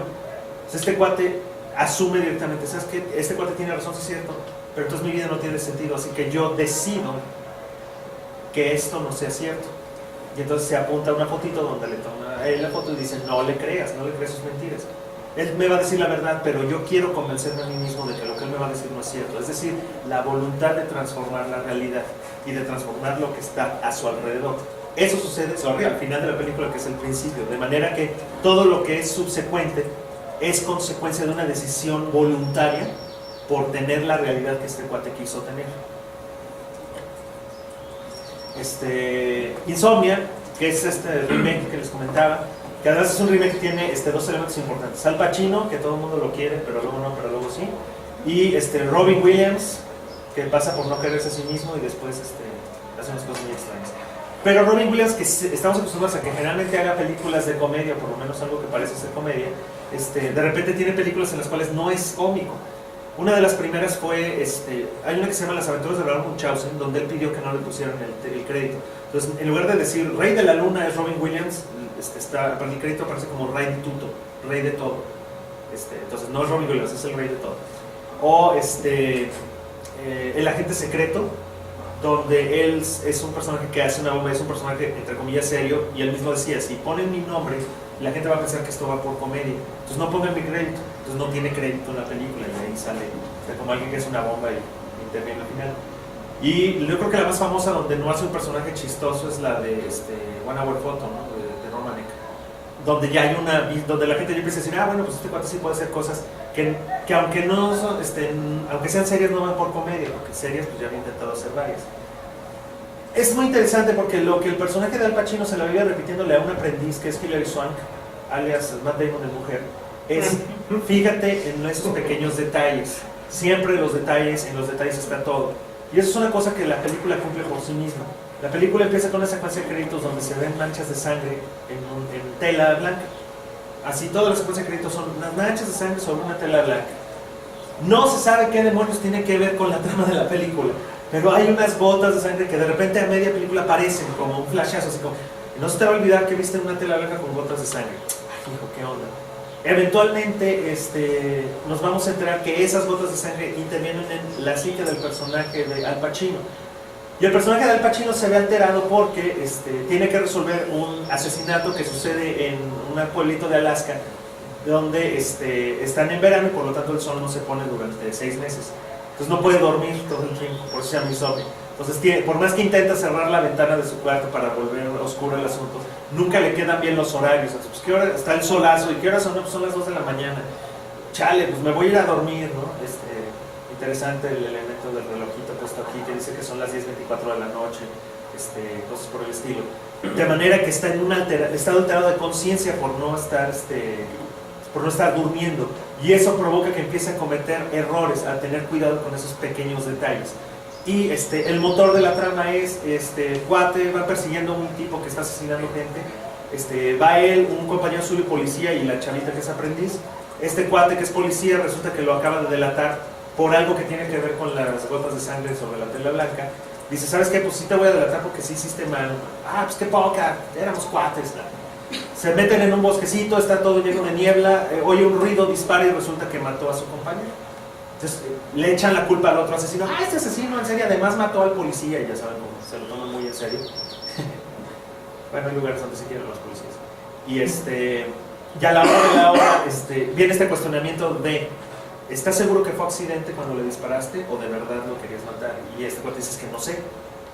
Está en un estado alterado de conciencia donde dice, yo ya no puedo saber si de veras lo quería matar o no lo quería matar, porque a mí lo mejor que me pudo pasar fue que lo matara, pero no sé si yo lo quería matar. De nuevo, no solamente es el cuestionamiento de la realidad, también es el cuestionamiento de lo que estás deseando. El personaje no sabe qué es lo que quiere. Y nosotros como espectadores que estamos buscando una trama donde haya un objeto del deseo perfectamente claro, de repente nos topamos con este caos. Lo normal en una película es que todo el mundo sepa que el personaje busca algo y si lo alcanza o no lo alcanza, etc. Pero ¿qué pasa cuando el personaje ya no sabe qué es lo que quiere? ¿Dónde entramos como espectadores?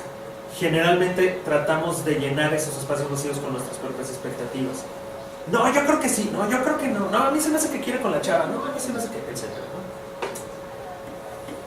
De repente Batman. Entonces, cuando sale Batman, a Nolan le dicen, ahí te va una lana, porque pues tú eres así como súper buen director, súper avant-garde, ¿no? O sea, Memento es a Nolan lo que vende Tim Burton, supongo, ¿no? Es como digan, está bien loca, güey, vas a Batman porque es para pura gente loca.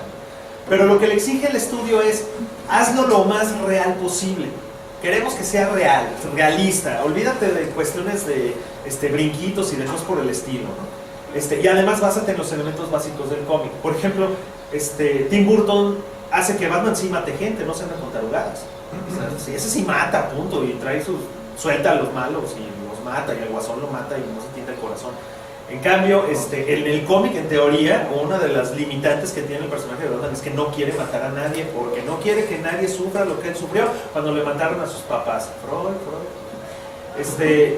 Entonces tiene que ver con el deber ser. O sea, yo como Bruce Wayne, hijo de Dios no sé cómo se llama, del señor Dr. Wayne, que tenía mucha lana. Thomas Wayne, sí, cierto.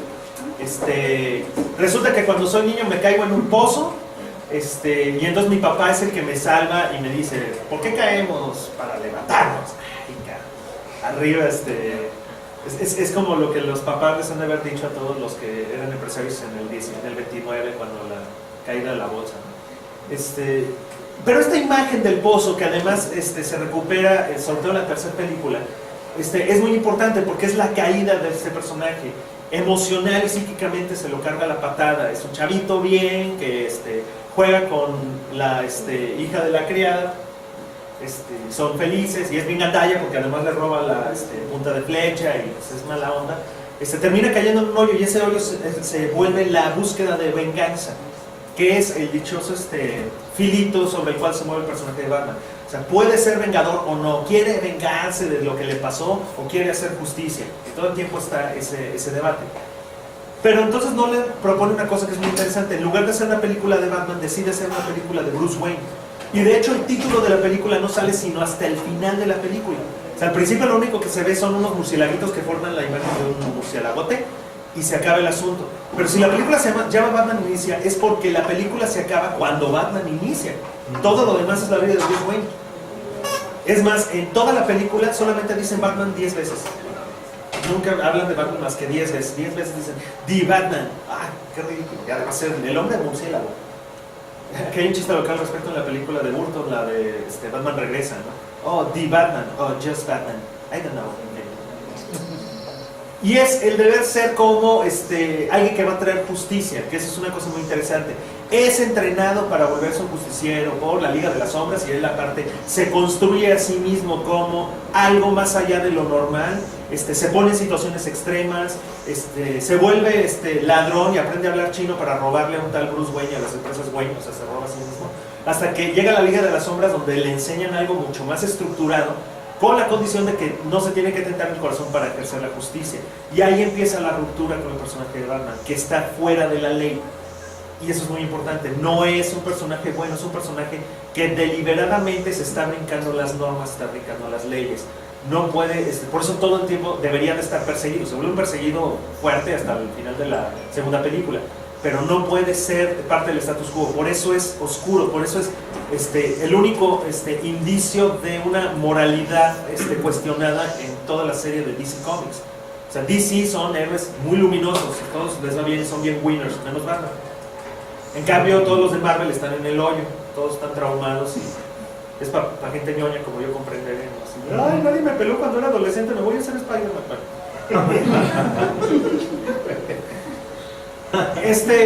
¿Cómo se llama este hombre? Edgar Morin habla sobre que uno de los elementos importantes que trajo el cine es la aparición del doble. A partir de la fotografía, pero el cine permitió muchos factores por el estilo. Y esto se explota de una manera muy interesante en la película de The Prestige, que en español le pusieron El Gran Truco, que es dos magos que se están peleando. Pero estos dos magos se están peleando además por el mismo truco, y ese truco es el hombre transportado, donde la esencia del truco es alguien entra aquí y de repente aparece acá. Y la única solución que los dos personajes encuentran es, tienes que tener un doble, no hay de otra. ¿Qué tipo de doble? O te consigues un actor que se haga pasar por ti, o, como te enteras al final de la película, tienes un hermano gemelo y lo tuviste escondido durante toda la película. Ah, eso, si no lo habían visto. Aquí lo que parece interesantísimo de Nolan es que probablemente cualquier otro director desde una lógica hollywoodense hubiera explotado de una manera impresionante este par de efectos especiales, pero los pone como una cuestión naturalísima. De hecho, ni siquiera hace una toma para que se vea, así como que, y te paso el sombrero y el otro lo recoge, ni nada por el estilo. Es decir, aquí vemos a dos diferentes versiones de Hugh Jackman y son totalmente distintas. Si uno ve la película dice, ay, ¿a poco también es Hugh Jackman? Sí, también es Hugh Jackman. Se ve totalmente distinto, es más, se ve más alto que este otro de acá. Son totalmente diferentes, pero los dos los vemos en escena. Es decir, este cuate nos está presumiendo la lógica del doble, no como una situación como para que uno diga, wow, qué bárbaro, qué efecto especial tan chido, como la de Multiplicity con ¿cómo se llama? Michael Keaton, que es así como de, ya choles, y con uno era suficiente. o la burla que hace la burla que hace Piratas del Caribe 3, ¿no? Así que ya en Jack Sparrow, pues, ahí les va, harto Jack Sparrow, atásquense a Jack Sparrow. Y acá también, ¿no? O sea, ves al mismo actor haciendo dos personajes distintos y los viste durante toda la película y salieron juntos durante toda la película, y si uno lo ve la primera vez no lo nota. No está uno pensando, no manches, ¿cómo lo hicieron para que Christian Bale esté platicando con Christian Bale? Y además con la niña en medio. No, pero es parte del truco. Es decir, el mismo Nolan está jugando con ese truco. Y pequeños detalles, desde el principio ya nos está diciendo de qué se trata. Al principio de la película, mientras se oye el speech de Michael Caine diciendo existen 3 partes para un truco, ya nos está diciendo de qué va. No solamente es el doble, es la posibilidad de la multiplicación. Es una especie como de milagro bíblico, ¿no? Pero son sombreros, ¿eso qué tiene que ver? Después, a lo largo de la película nos vamos a enterar. Y aquí hay un detalle que a mí me parece padrísimo, es cuál es la postura de Christopher Nolan hacia el cine y las derivaciones del cine, cómo el cine impacta en la manera de concebir el mundo. Y está en este texto, ¿no? Le dice Borden, que es el personaje de Christian Bale, no, te fuiste, cruzaste medio mundo, te gastaste una fortuna, hiciste cosas horribles y todo para nada, porque al final te estoy ganando con el truco. Y entonces Angier, que se está muriendo en esta escena, le dice, nada, tú nunca entendiste, ¿verdad? ¿Por qué hicimos esto? La audiencia sabe la verdad, que el mundo es simple, es miserable, sólido todo, es absolutamente sólido. Pero si tú puedes engañarlos, aunque sea por un segundo, tú puedes hacer que ellos se maravillen. Entonces tú ves algo que es muy especial. ¿A poco de verdad no sabes? Es esa mirada en sus rostros. Es decir, ¿por qué demonios vamos al cine? Pues porque la realidad que vivimos es pinche. Porque vamos al cine y decimos, órale, qué fregón que existan los Avengers, órale, qué fregón que enterarme al final de Rojo que los personajes de las 3 películas están metidos en el mismo barquito que se hunde y son los únicos sobrevivientes del naufragio. Me voy a maravillar por algo que no puedo encontrar en la vida real. Eso es algo que entendió perfectamente Méliès desde el principio. ¿Para qué demonios voy a ir a ver una cosa que puedo ver si abro la ventana? No, te tengo que llevar un viaje que no vas a poder ver en ningún otro lado. El cine es un truco desde su esencia. Es el truco de hacerte creer que fotos estáticas en realidad se están moviendo, porque lo que quieres es que la gente diga, wow, ¿no? Ahora, alguien diría, porque lo que quiero es lograr otro montón de fans como en Harry Potter, y entonces compro los derechos de todas las novelas para jóvenes, porque quiero mirar ese rostro, pues, de wow, qué chido, que no sean nada más las 10 personas que les gustó Crepúsculo, no, llegar a niveles Star Warseados, ¿no? El pavor que debe de tener J.J. Abrams de saber qué van a decir los fans de Star Wars, porque no les va a llegar. Yo creo que eso ya lo saben, o sea, ninguna película que hagan va a cumplir las expectativas de los fans de Star Wars. De los originales, no, de los nuevos fans, a lo mejor sí, pero de los fans del 77, sobre todo de los fans del episodio 5, nadie le va a llegar. Todos van a levantar la ceja con cara de puta, Jar Jar Binks, puta, Hayden Christensen. ¿Cómo pones a Hayden Christensen remasterizado en el episodio 6? Qué poca madre. Ese postre a mí me causó pesadillas, pero la ruptura que supone el caos, que es de lo que hablaba Deleuze. O sea, la única forma en la cual puede avanzar el conocimiento filosófico, ya sea científico o ya sea artístico, tiene que haber una ruptura caótica. Porque le tenemos tanto pavor al caos que vamos a tratar de movernos. Lo que dice Deleuze es una cosa muy interesante. Dice, de repente llega un pintor, se avienta una cosa nueva, hace una ruptura, y él le llama una ruptura en el firmamento, o sea, se abre el cielo, digamos así, y luego llegan un chingo de imitadores para taparlo. Entonces llegan un montón de gente que explica y dice, no, lo que aquí pretendió el autor fue wow, y entonces a la hora de explicarlo, de alguna manera el caos se va regresando al cosmos, o el caosmos, como diría James Joyce, ¿no? Pero esto es la base esencial del Guasón. O sea, a diferencia del Guasón que habíamos visto antes, es un personaje donde la locura no puede estar medida, no es un payasito chistoso, no hace cosas porque le den risa. Es más, a mí me impactó mucho la risa del Guasón de Heath Ledger. O sea, la risa normalmente del Guasón, gracias a Mark Hamill, se había quedado como la risa muy arriba. Y la risa de este Guasón es caótica, no es fácil, es o sea, no hay una risa, es un conjunto de risas caóticas que no pueden ser agarradas, ¿no? A tal grado que de repente hay cosas que le dio miedo a la producción. En el cine, llega un momento en que llega en la película del cine, tal vez porque hago la aclaración, llega el Guasón con los demás mafiosos que están así escondidos y, oigan, ¿qué onda? Se están juntando aquí a plena luz del día, antes se juntaban en la noche, ¿qué les pasó? ¿Se les cayeron los huevos o qué? Les voy a decir que es Batman. Y ¿sabe lo que yo creo que deberían de hacer? Maten a Batman. Y le contestan, si te crees muy chingón, ¿por qué no lo matas tú? Pues como decía, porque mi mamá siempre me dijo, si eres bueno para algo, cobra por hacerlo. Si ustedes la ven en video, le quitaron el diálogo de mi mamá me decía. Y sí está en el guión, yo tengo el guión y sí dice ahí, as my mother used to tell me. En el cine sí lo decía, pero ¿por qué demonios de repente? No manches, la representación de la mamá mejor quítala, vámonos a volar. Hay una representación del mamá. No, sí, pero no, eso es lo interesante. Porque a la hora que hace eso, y eso me parece genial porque es la parte del caos, es esta. Como yo, espectador, me encuentro con un personaje caótico, que después me lo va a decir claramente, pero por lo menos está caótico, estoy buscando una explicación. No puede ser, es más, ¿cuántas películas no han visto de superhéroes que se repite la historia del origen? O sea, hay chorrocientos mil versiones, otra vez el origen de Spider-Man, otra vez el origen de Superman, otra vez el origen de Batman, hay el origen. De este cabrón no hay origen. Entonces de repente llega, tiene a un mafioso, así, que además es cierto, es una homenaje a Guillermo del Toro, le pone la navaja en la boca y le dice, ¿sabes cómo tuve estas cicatrices? Mi papá era bien borracho y nos golpeaba a mí y a mi mamá, y entonces un día llegó más borracho y me empezó a gritar, y mi mamá me quiso defender, sacó un cuchillo y lo amenazó. A mi papá no le gustó, la golpeó espantoso, la acuchilló y después me volteé y me dice, ¿por qué tan serio? Why so serious, son? Que además está interesante porque ahí le suben al volumen en la película. Why so serious, son? Y entonces agarró y me hizo esto mi papá, me puso una sonrisa para siempre. Y entonces se quedan todos impactados. Voltea con otro cuate y le dice, ¿por qué estás tan serio? Corte evidente. O sea, no se ve qué pasa, de repente cae el mafioso, uno asume que le cortaron la boca, pero pues por una cortada de boca no te mueres. Que además es una cosa interesante con esta película, deliberadamente están cortadas las escenas de sangre y además está editado de manera que se note que están cortadas. Y además juega con eso porque esta película es clasificación B, en cambio la de Tim Burton es clasificación C. Es más, la trajeron doblada para que los niños la vieran porque es de Batman, es para niños, yo creo.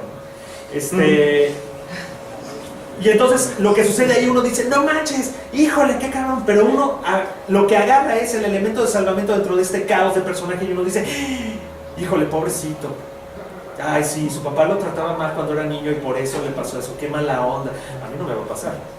Y es mi tabla de salvamento y mi barrera que me protege de la locura de este personaje. Eso le pasó a ese güey, pobrecito, ¿no? Qué mal pedo, lástima. ¿Cuál es el problema? Más adelante en la película, están en una fiesta, llega el guasón, irrumpe y entonces les empieza a decir, ¿dónde está Bruce Wayne? ¿Dónde está Bruce Wayne? Me lo tengo que fregar. Y en eso un viejito dice, no nos vamos a dejar amedrentar por sus patrañas.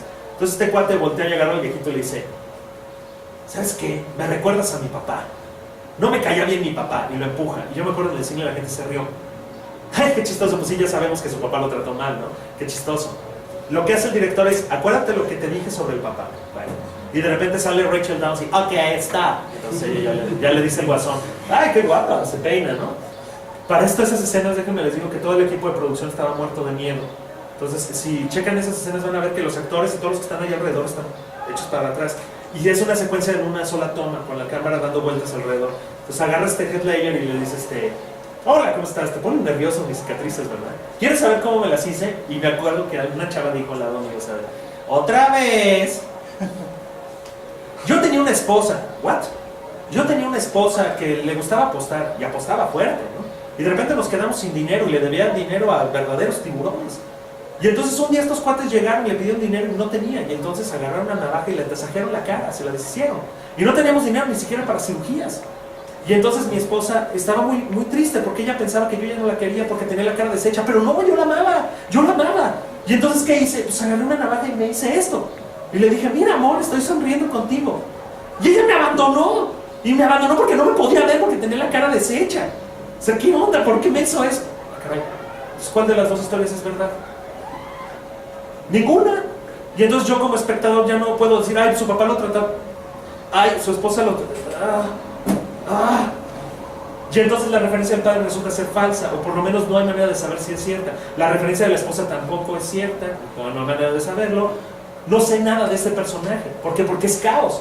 porque su origen deliberadamente me es negado.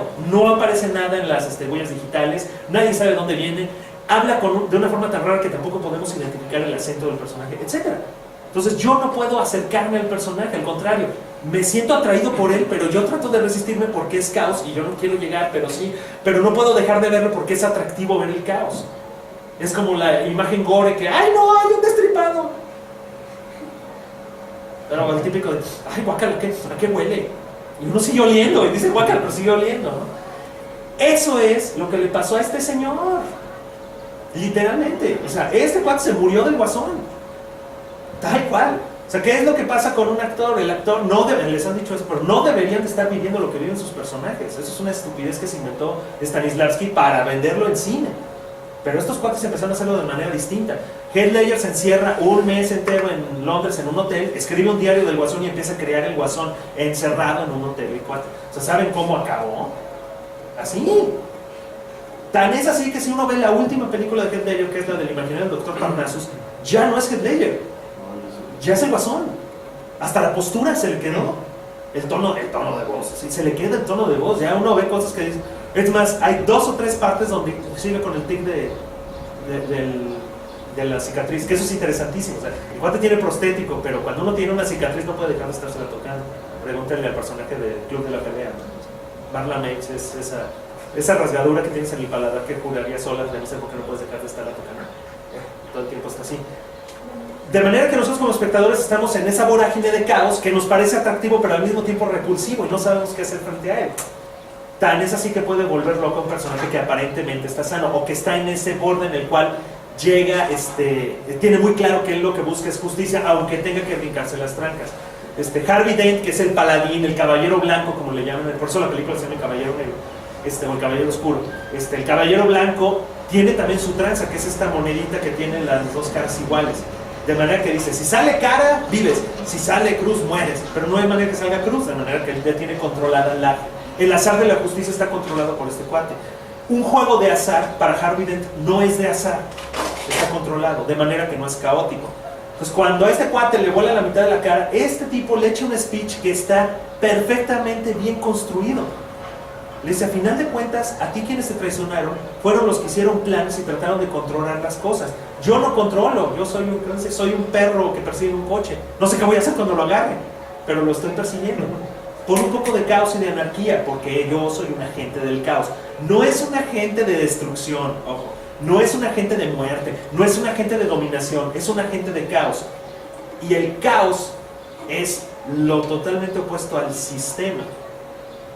De tal suerte que cuando mi hermano la vio, me acuerdo que dijo, esa no es película de Batman, esa es película de Guasón. ¿Sí? Porque lo que está manejando como discurso Christopher Nolan es ¿cómo puedes combatir el caos? Es decir, ¿qué puedes encontrar que sea lo opuesto al caos? ¿Qué tipo de cosmos puede ser lo que pueda combatir el caos? Está grueso. Por eso la manera en la cual el personaje del Guasón, entre comillas, pierde en la película es casi accidental. O sea, la escena... Si hay una escena chafa en Spider-Man, es esa escena cuando el Duende Verde está a punto de darle la madre y de repente los cuates de Nueva York le empiezan a tirar pedradas y dicen, nosotros somos Nueva York, vamos a protegerlo, nadie se mete con nuestra ciudad. Y uno dice, ay, chis gringos. Es igual a lo que pasa acá. O sea, están a punto de experimentar están a punto de vivir un experimento sociológico. De un lado están los buenos, del otro lado están los malos, y los dos tienen la bomba para volar los unos a los otros. Tienen hasta la medianoche para que vuelen a alguno de los otros. Ay, y no lo vuelan. Ay, es la parte colgada. No, porque toda la gente es buena. ¿Y qué le dice Batman? Un argumento que hasta es risible. No creas que todo mundo... Tú crees que todo mundo es tan feo como tú. Así le dice. ¿Crees que el alma de la gente es tan fea como tú? Caray, pasamos a un argumento casi estético. O sea, ¿qué onda con...? Y hay un final que... No puedo terminar esta película. Si la vieron, se van a dar cuenta de que sigue y sigue y sigue y sigue y sigue. O sea, se pudo haber acabado en una parte, pero de repente sigue. Y luego otra cosa, y luego otra cosa, y luego otra cosa. Y nosotros nos dejamos llevar por las ideas preestablecidas de control. Está bien, te voy a decir dónde está. Tu novia está en la calle A y tu amigo está en la calle B. Y el güey va a salvar a la novia y resulta que el güey le mintió. Pero por otro lado, ¿por qué le creíste? O sea, era obvio que el cuate podía jugar con la realidad. Es como la bronca de alguien que dice, yo soy un mentiroso. ¿Cómo puedes creerlo? El argumento está complicado. Entonces, ¿qué es lo que hace Nolan? Dice, ¿sabes qué? Mejor lo corto, porque si no, no vamos a acabar. Pero deja sembrada la semilla de lo que va a venir después. Así era como yo le quería poner a la plática de hoy. ¿De qué se trata Inception? ¿Estás seguro de que la viste o la soñaste? O sea, lo que hace Inception es recuperar el argumento que se había trabajado desde Caligari, pasando por Abre los Ojos y por Matrix, de decir, yo me puedo meter a los sueños, por lo tanto puedo vivir en un sueño, y para ti no va a haber ninguna distinción con lo que es real o no es real. O sea, hay sueños que son tan reales que uno piensa que de verdad son reales, aunque hay otros que uno dice, ay, no, seguro estoy soñando. A mí me pasa cuando sueño que se me caen los dientes, siempre digo, no, por favor, que sea un sueño, y ya me despierto, porque es como mi peor pesadilla. Pero como soy adicto luego a tener pesadillas, así como que a veces las dejo. Escher, así como el libro de ¿cómo se llama de Borges y Escher, ¿no? Más o menos se trata sobre lo mismo. ¿De qué se trata esta película? Es esta dichosa, ¿cómo se llama esa cosa que el Dr. Brown le tiene miedo? Si se encuentran los del futuro y del pasado. Paradoja. Es esta paradoja de subir y bajar, que es la base de lo que está sucediendo con la película. Esto no es más que un efecto de percepción. O sea, no puede existir en la realidad este espacio, pero depende del punto de vista de donde estemos, nuestra percepción nos va a dar una lógica de que es perfectamente real. Entonces es muy chistoso, en esta parte en la película de veras empiezan a dar vueltas y vueltas y vueltas, hasta que la chava dice, no manches, que no habíamos subido ya. De hecho, hay otro personaje con el que se cruzan varias veces a lo largo de la escalera. La construcción de la música de la película está basada en esto. No más que no traigo bocinitas, pero es tan, tan, tan, tan, tan, tan, tan, tan, tan, tan, tan, tan, tan. Perpetuo ascenso, todo el tiempo. La música de Inception está haciendo todo ese loop. Entonces, que no es la primera vez que lo intentaban. Hay una película francesa de Jean-Pierre Jeunet y de Marc Caro que se llama La ciudad de los niños perdidos, donde un personaje no puede soñar y entonces rapta a niños para conectarse y soñar lo que los niños sueñan. El problema es que los niños sueñan puras pesadillas porque están muertos de miedo porque se vuelven ratón, hasta que conoce un niño que no le tiene miedo y entonces empieza a soñar muy tranquilamente, y en el sueño sueña que él se convierte en el niño y que lo conectan a la máquina, donde sueña que él es el niño, que lo conectan a la máquina, donde sueña que es el niño, que lo conectan a la máquina, y así es como el personaje se le bota el caico, que es más o menos lo que termina pasándole al personaje de Cobb y de Saito cuando se pierden en el mar de los sueños, en estos niveles de sueño que tienen a lo largo de la película. Entonces el cuestionamiento que en medio mundo se hace es, no manches, estaba soñando, al final se quedó la pirinolita dando vueltas ahí, súper chido. Y ese cuestionamiento es interesante porque uno dice, eso es lo de menos, lo interesante sería saber si estás perfectamente seguro de que lo que estás viviendo es cierto o lo estás soñando. O peor aún, tipo ñaca ñacas de Matrix, o si no, ¿será que alguien ya te está influyendo en el sueño? O un poco lo que platicaba con Guti el otro día. ¿Dónde está la película? ¿La película está proyectada o te la estás proyectando tú solo adentro de la mente? ¿O qué es la realidad? La película que yo decidí proyectarme con los elementos que decidí ver de la realidad. Un ejemplo de esto es, ¿han oído su voz grabada? ¿Cuál es tu voz? ¿La de veras o la que está grabada? ¿Cuál decides que sea la real? Ay, no, esa no es mi voz. Y hay una negación. Esa no es mi voz. ¿Nunca les ha pasado que oyen la voz grabada de alguien más y habla igual que ustedes? Una vez hablé a Luz y la voz grabada de Omar Camacho suena igual a mi voz grabada. Me da un miedo así. ¿Qué no le suena? Eso tiene múltiples niveles. Ching, ¿dónde está Marco Anzulanes? En fin. Y era lo que yo decía, la pregunta de esta película no es si estaba soñando este cuate, es si de veras la viste y no la soñaste. Por cierto, esta misma pregunta es la pregunta, es 2010, Inception, es la misma pregunta del Cisne Negro, es la misma pregunta de Tron, es la misma pregunta de la Isla Siniestra, o Shutter's Island. Todas se tratan de lo mismo, son del mismo año. Shutter's Island, además, también con Leonardo DiCaprio, tiene la misma paleta de colores que Inception. Y las dos se tratan de lo mismo. Alguien hizo algo muy malo, vive atormentado por la culpa de haber hecho eso algo muy malo. Chiste local, o dato trivia, la que sale de esposa de Leonardo DiCaprio en la de la Isla Siniestra es la ex esposa de Heath Ledger, o la viuda de Heath Ledger, porque se separaron 2 semanas antes de que se muriera. Michelle Williams. Pues ahí hay una especie como de ¿cómo decirlo? Como una expiación de temas alrededor de la misma gente. ¿Qué loco? cada quien quiere ver de la realidad lo que quiere ver, o estás alrededor de la realidad que tú quieres ser vista. Para que luego saliera Michelle Williams haciendo la de niña buena en la de Oz, ¿no? Es decir, otro mundo de fantasía donde nada, aquí vámonos de la realidad. Interesante, el primer póster de Batman es un montón de murciélaguitos volando en las nubes. El segundo póster es una explosión en un edificio. El tercero es la deconstrucción de la realidad, es decir, se está cayendo a pedazos todo lo que tú creías que existía. O sea, ¿de qué se trata El Caballero de la Noche Asciende? Es ¿qué demonios va a sostenerse del imaginario? Esa es la lógica derechita de la película. No es otra, y eso es una cosa muy chistosa. Yo platicaba el otro día con esta Paulina Senties, que decía, es que esa película es horrible porque se trata de Batman rescatando a los ricos. Ni madres. O sea, ese es el pretexto.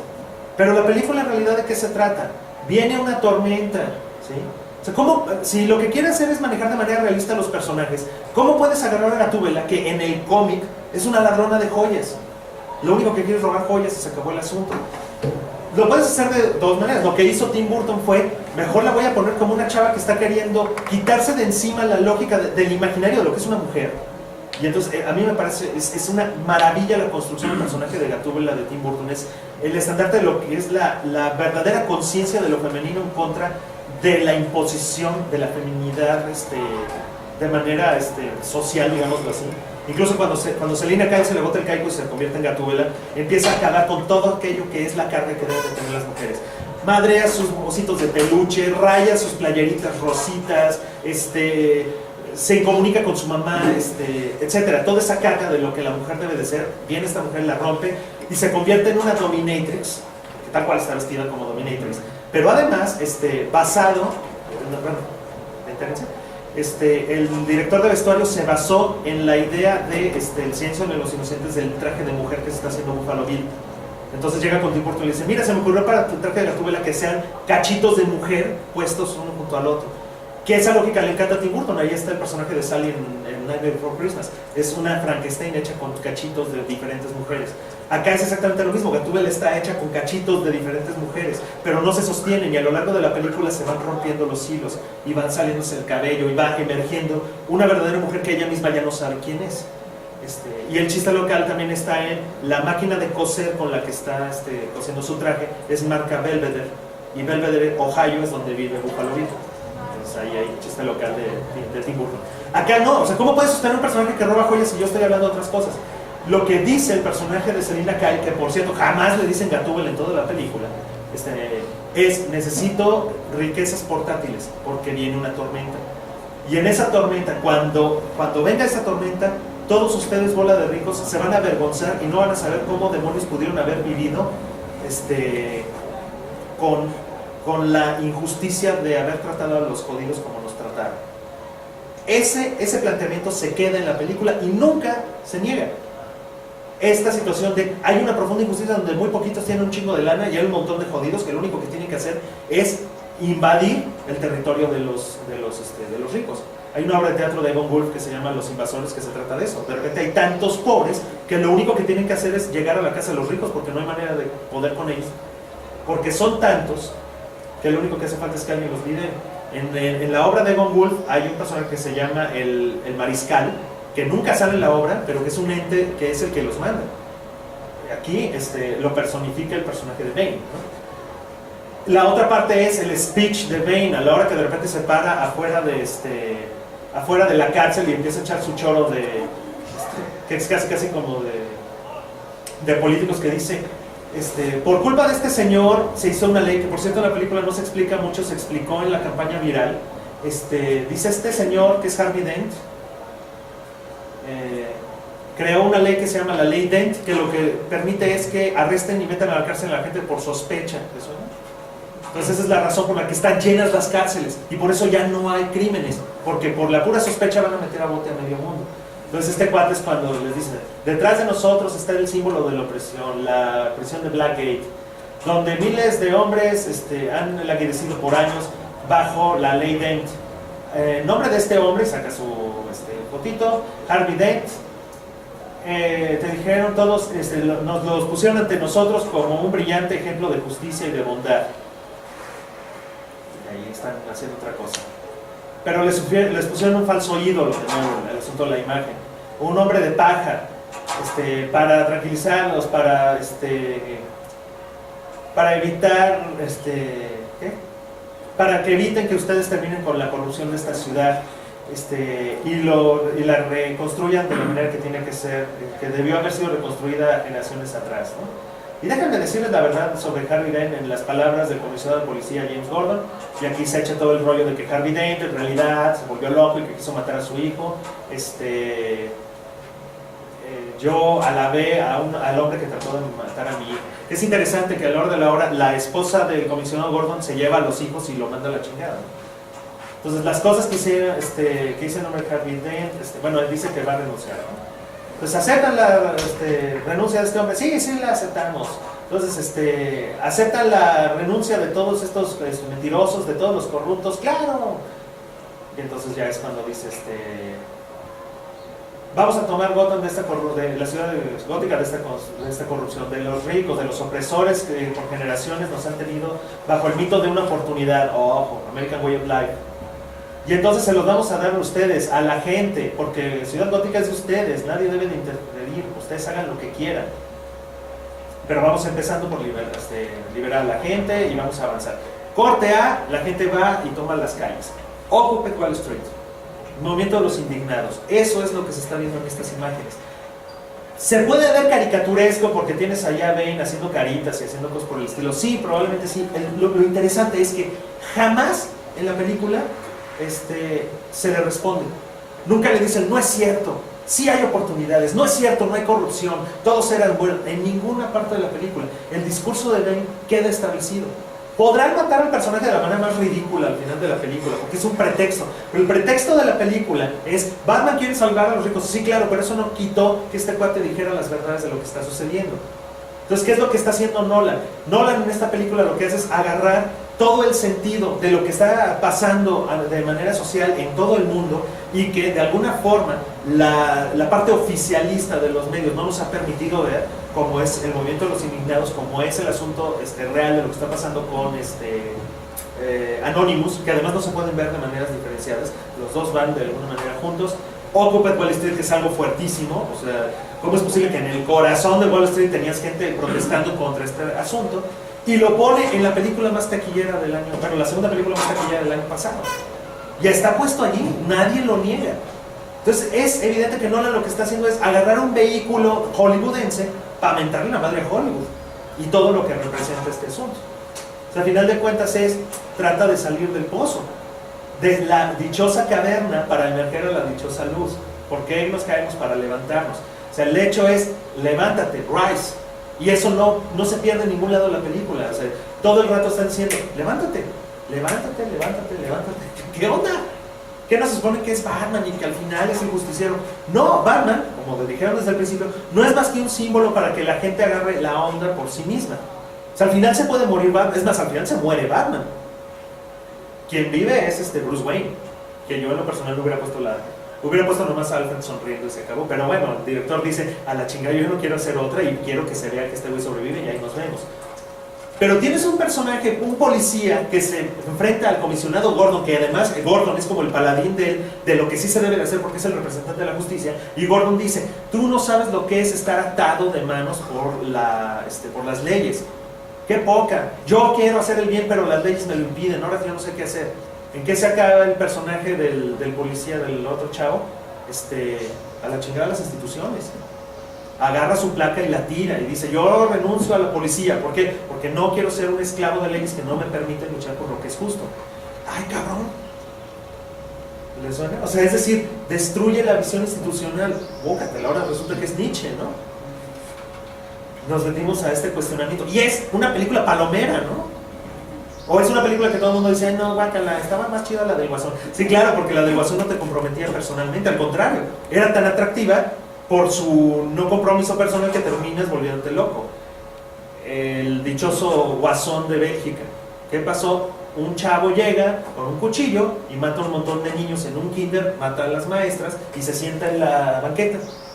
Llega la policía, lo agarra, el chavo no dice absolutamente nada, lo llevan a la comisaría y a la hora de estarlo registrando sacan un montón de cuchillos y uno de los policías voltea y dice, ay, es como el Guasón, ¿ya viste? Pues resulta que sí, que la manera de actuar del Guasón cambió la forma de percibir el mundo, que a este cuate le pareció lo más lógico.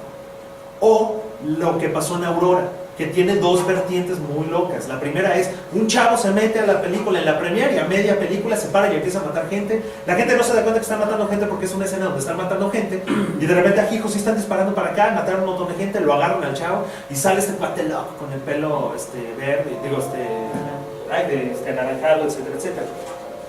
Esa es una de las vertientes. Después sale una vertiente, llamémosle así, ñaca ñaca, que dice que este chavo es hijo de alguien que estaba a punto de soltar la sopa de no sé qué demonios, y es una manera que lo hicieron para amenazar. Y acá se volvió teoría de la conspiración. Que no. ¿Conocen el número más 1, 1, 1, 1, 1? Ha de ser el Guasón. Y además es la primera vez que yo veo que existe un póster del director para anunciar la película. Pues, ¿qué onda? Es decir, ya no estamos hablando solamente de la figura del director, sino además de toda la carga temática que puede tener este director en esa película. Como para que, o sea, nunca vi que sacaran, o sea, sí vi pósters que dijeron, del creador de bla bla bla. Incluso películas que no tienen nada que ver, como por ejemplo, de Tim Burton, El extraño mundo de Jack. No la dirige Tim Burton, por más que lloren los fans. O todas las películas de terror españolas últimamente que dicen, de Guillermo del Toro, El orfanato. De Guillermo del Toro, ¿cuándo salió? Mamá, etcétera. Cuando en realidad es el productor, y luego ya te enteras que en realidad nomás les puso un nombre. Pero acá sale hasta el póster de este cuate. O sea, no me imagino siquiera un póster de Steven Spielberg que diga, próximamente, Lincoln, de Steven Spielberg. Y que salga Steven Spielberg junto a Abraham Lincoln, ¿no? O sea, ahí hay una lógica también de producción donde uno ya no está consumiendo necesariamente la historia, sino está consumiendo los cuestionamientos que este cuate se supone que está manejando. O para la gente farola que cree que sabe de cine, dice, güey, es el director, cabrón. Este director es bien chido, güey. Voy a ir a ver la película de este director. Porque no salió la de Jarmusch este año. No te enojes. Ya salió. Ahora, ¿qué es lo que sucede a final de cuentas? Por ejemplo, me llama mucho la atención. Esta posibilidad de cuestionamiento sobre la realidad también tiene un cierto viso de esperanza que puede ser aprovechado o no. Voy a poner un ejemplo que me encanta y que casi no se nota. En vez de venganza, casi al final de la... Bueno, no. En una escena, digamos, cuando está empezando el tercer acto de la película, viene esta imagen. Es Evie Hammond, la persona principal, poniendo unas flores, Scarlett Carson, que por cierto están extintas en la película, y muy buena onda y muy contenta, y se acerca hacia el inspector Finch que se ve en este espejo, y es una cosa de 3 segundos. O sea, esta escena sucede mucho más allá del final de la película, porque vean, ya tiene el pelo largo otra vez. Es decir, hay una posibilidad de que cuando se destruyan las instituciones, en este caso el parlamento inglés, y se acabe el reinado de terror del canciller Sutler, hay una vida que puede ser feliz, tranquila, en colores cálidos, los libritos están presentes, no hay televisión, porque en todas las casas hay una televisión en esta película.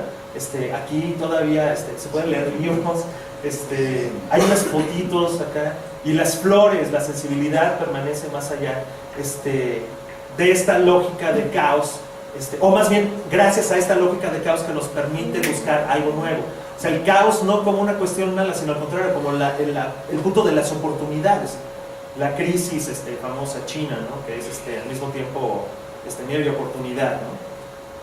Y me gusta esta idea, es decir, hasta en la parte más oscura de esas películas donde sí lucha contra algo, inclusive de repente el director se toma la molestia de filmar una escena que es así, no viene para nada de ningún lado, y es una sola imagen que hay gente que no la alcanza a ver en la película. Y esta les digo, chequense el flash forward que aparece así a media película, donde te enteras qué pasó después con Evie Hammond.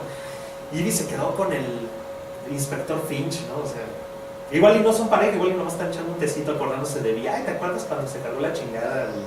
Sí, estuvo bien, pero... Y pues bueno, sería más o menos esto de lo que hablo. Regresando sobre todo, ya nada más para concluir con este asunto de estas lógicas cinematográficas se salen del cine. El cine es un pretexto para hablar de algo que ya no es cine, pero que la única herramienta que tenemos para poder acercarnos a entenderlo es la herramienta cinematográfica. Esta transformación de pensamiento epistemológico, esta ruptura, como diría Bachelard, que no sabemos a dónde nos va a llegar. Pues nos podemos quedar con estas respuestas aparentemente fáciles, decir, ah, sí, claro, mañana votamos por otro y quedamos súper bien. O nos podemos tratar de buscar en que no es solamente el hecho de si queremos un sistema del gobierno o si queremos un tipo de relación interpersonal de tal o cual forma, sino también tenemos que empezar a darnos cuenta que es posible transformar la concepción ya no solamente de lo que me pasa, sino de la realidad entera. Y esta realidad se transforma en la medida que yo la vea de manera distinta. Ahí es donde nos podemos brincar desde Heisenberg hasta la teoría cuántica. O sea, si yo la realidad la puedo transformar a partir de la experiencia o de cómo interfiero yo con la experiencia en el hilo de la realidad, en este arroyo que significa la realidad, entonces podríamos empezar a entender muchos factores de maneras distintas. Y ya.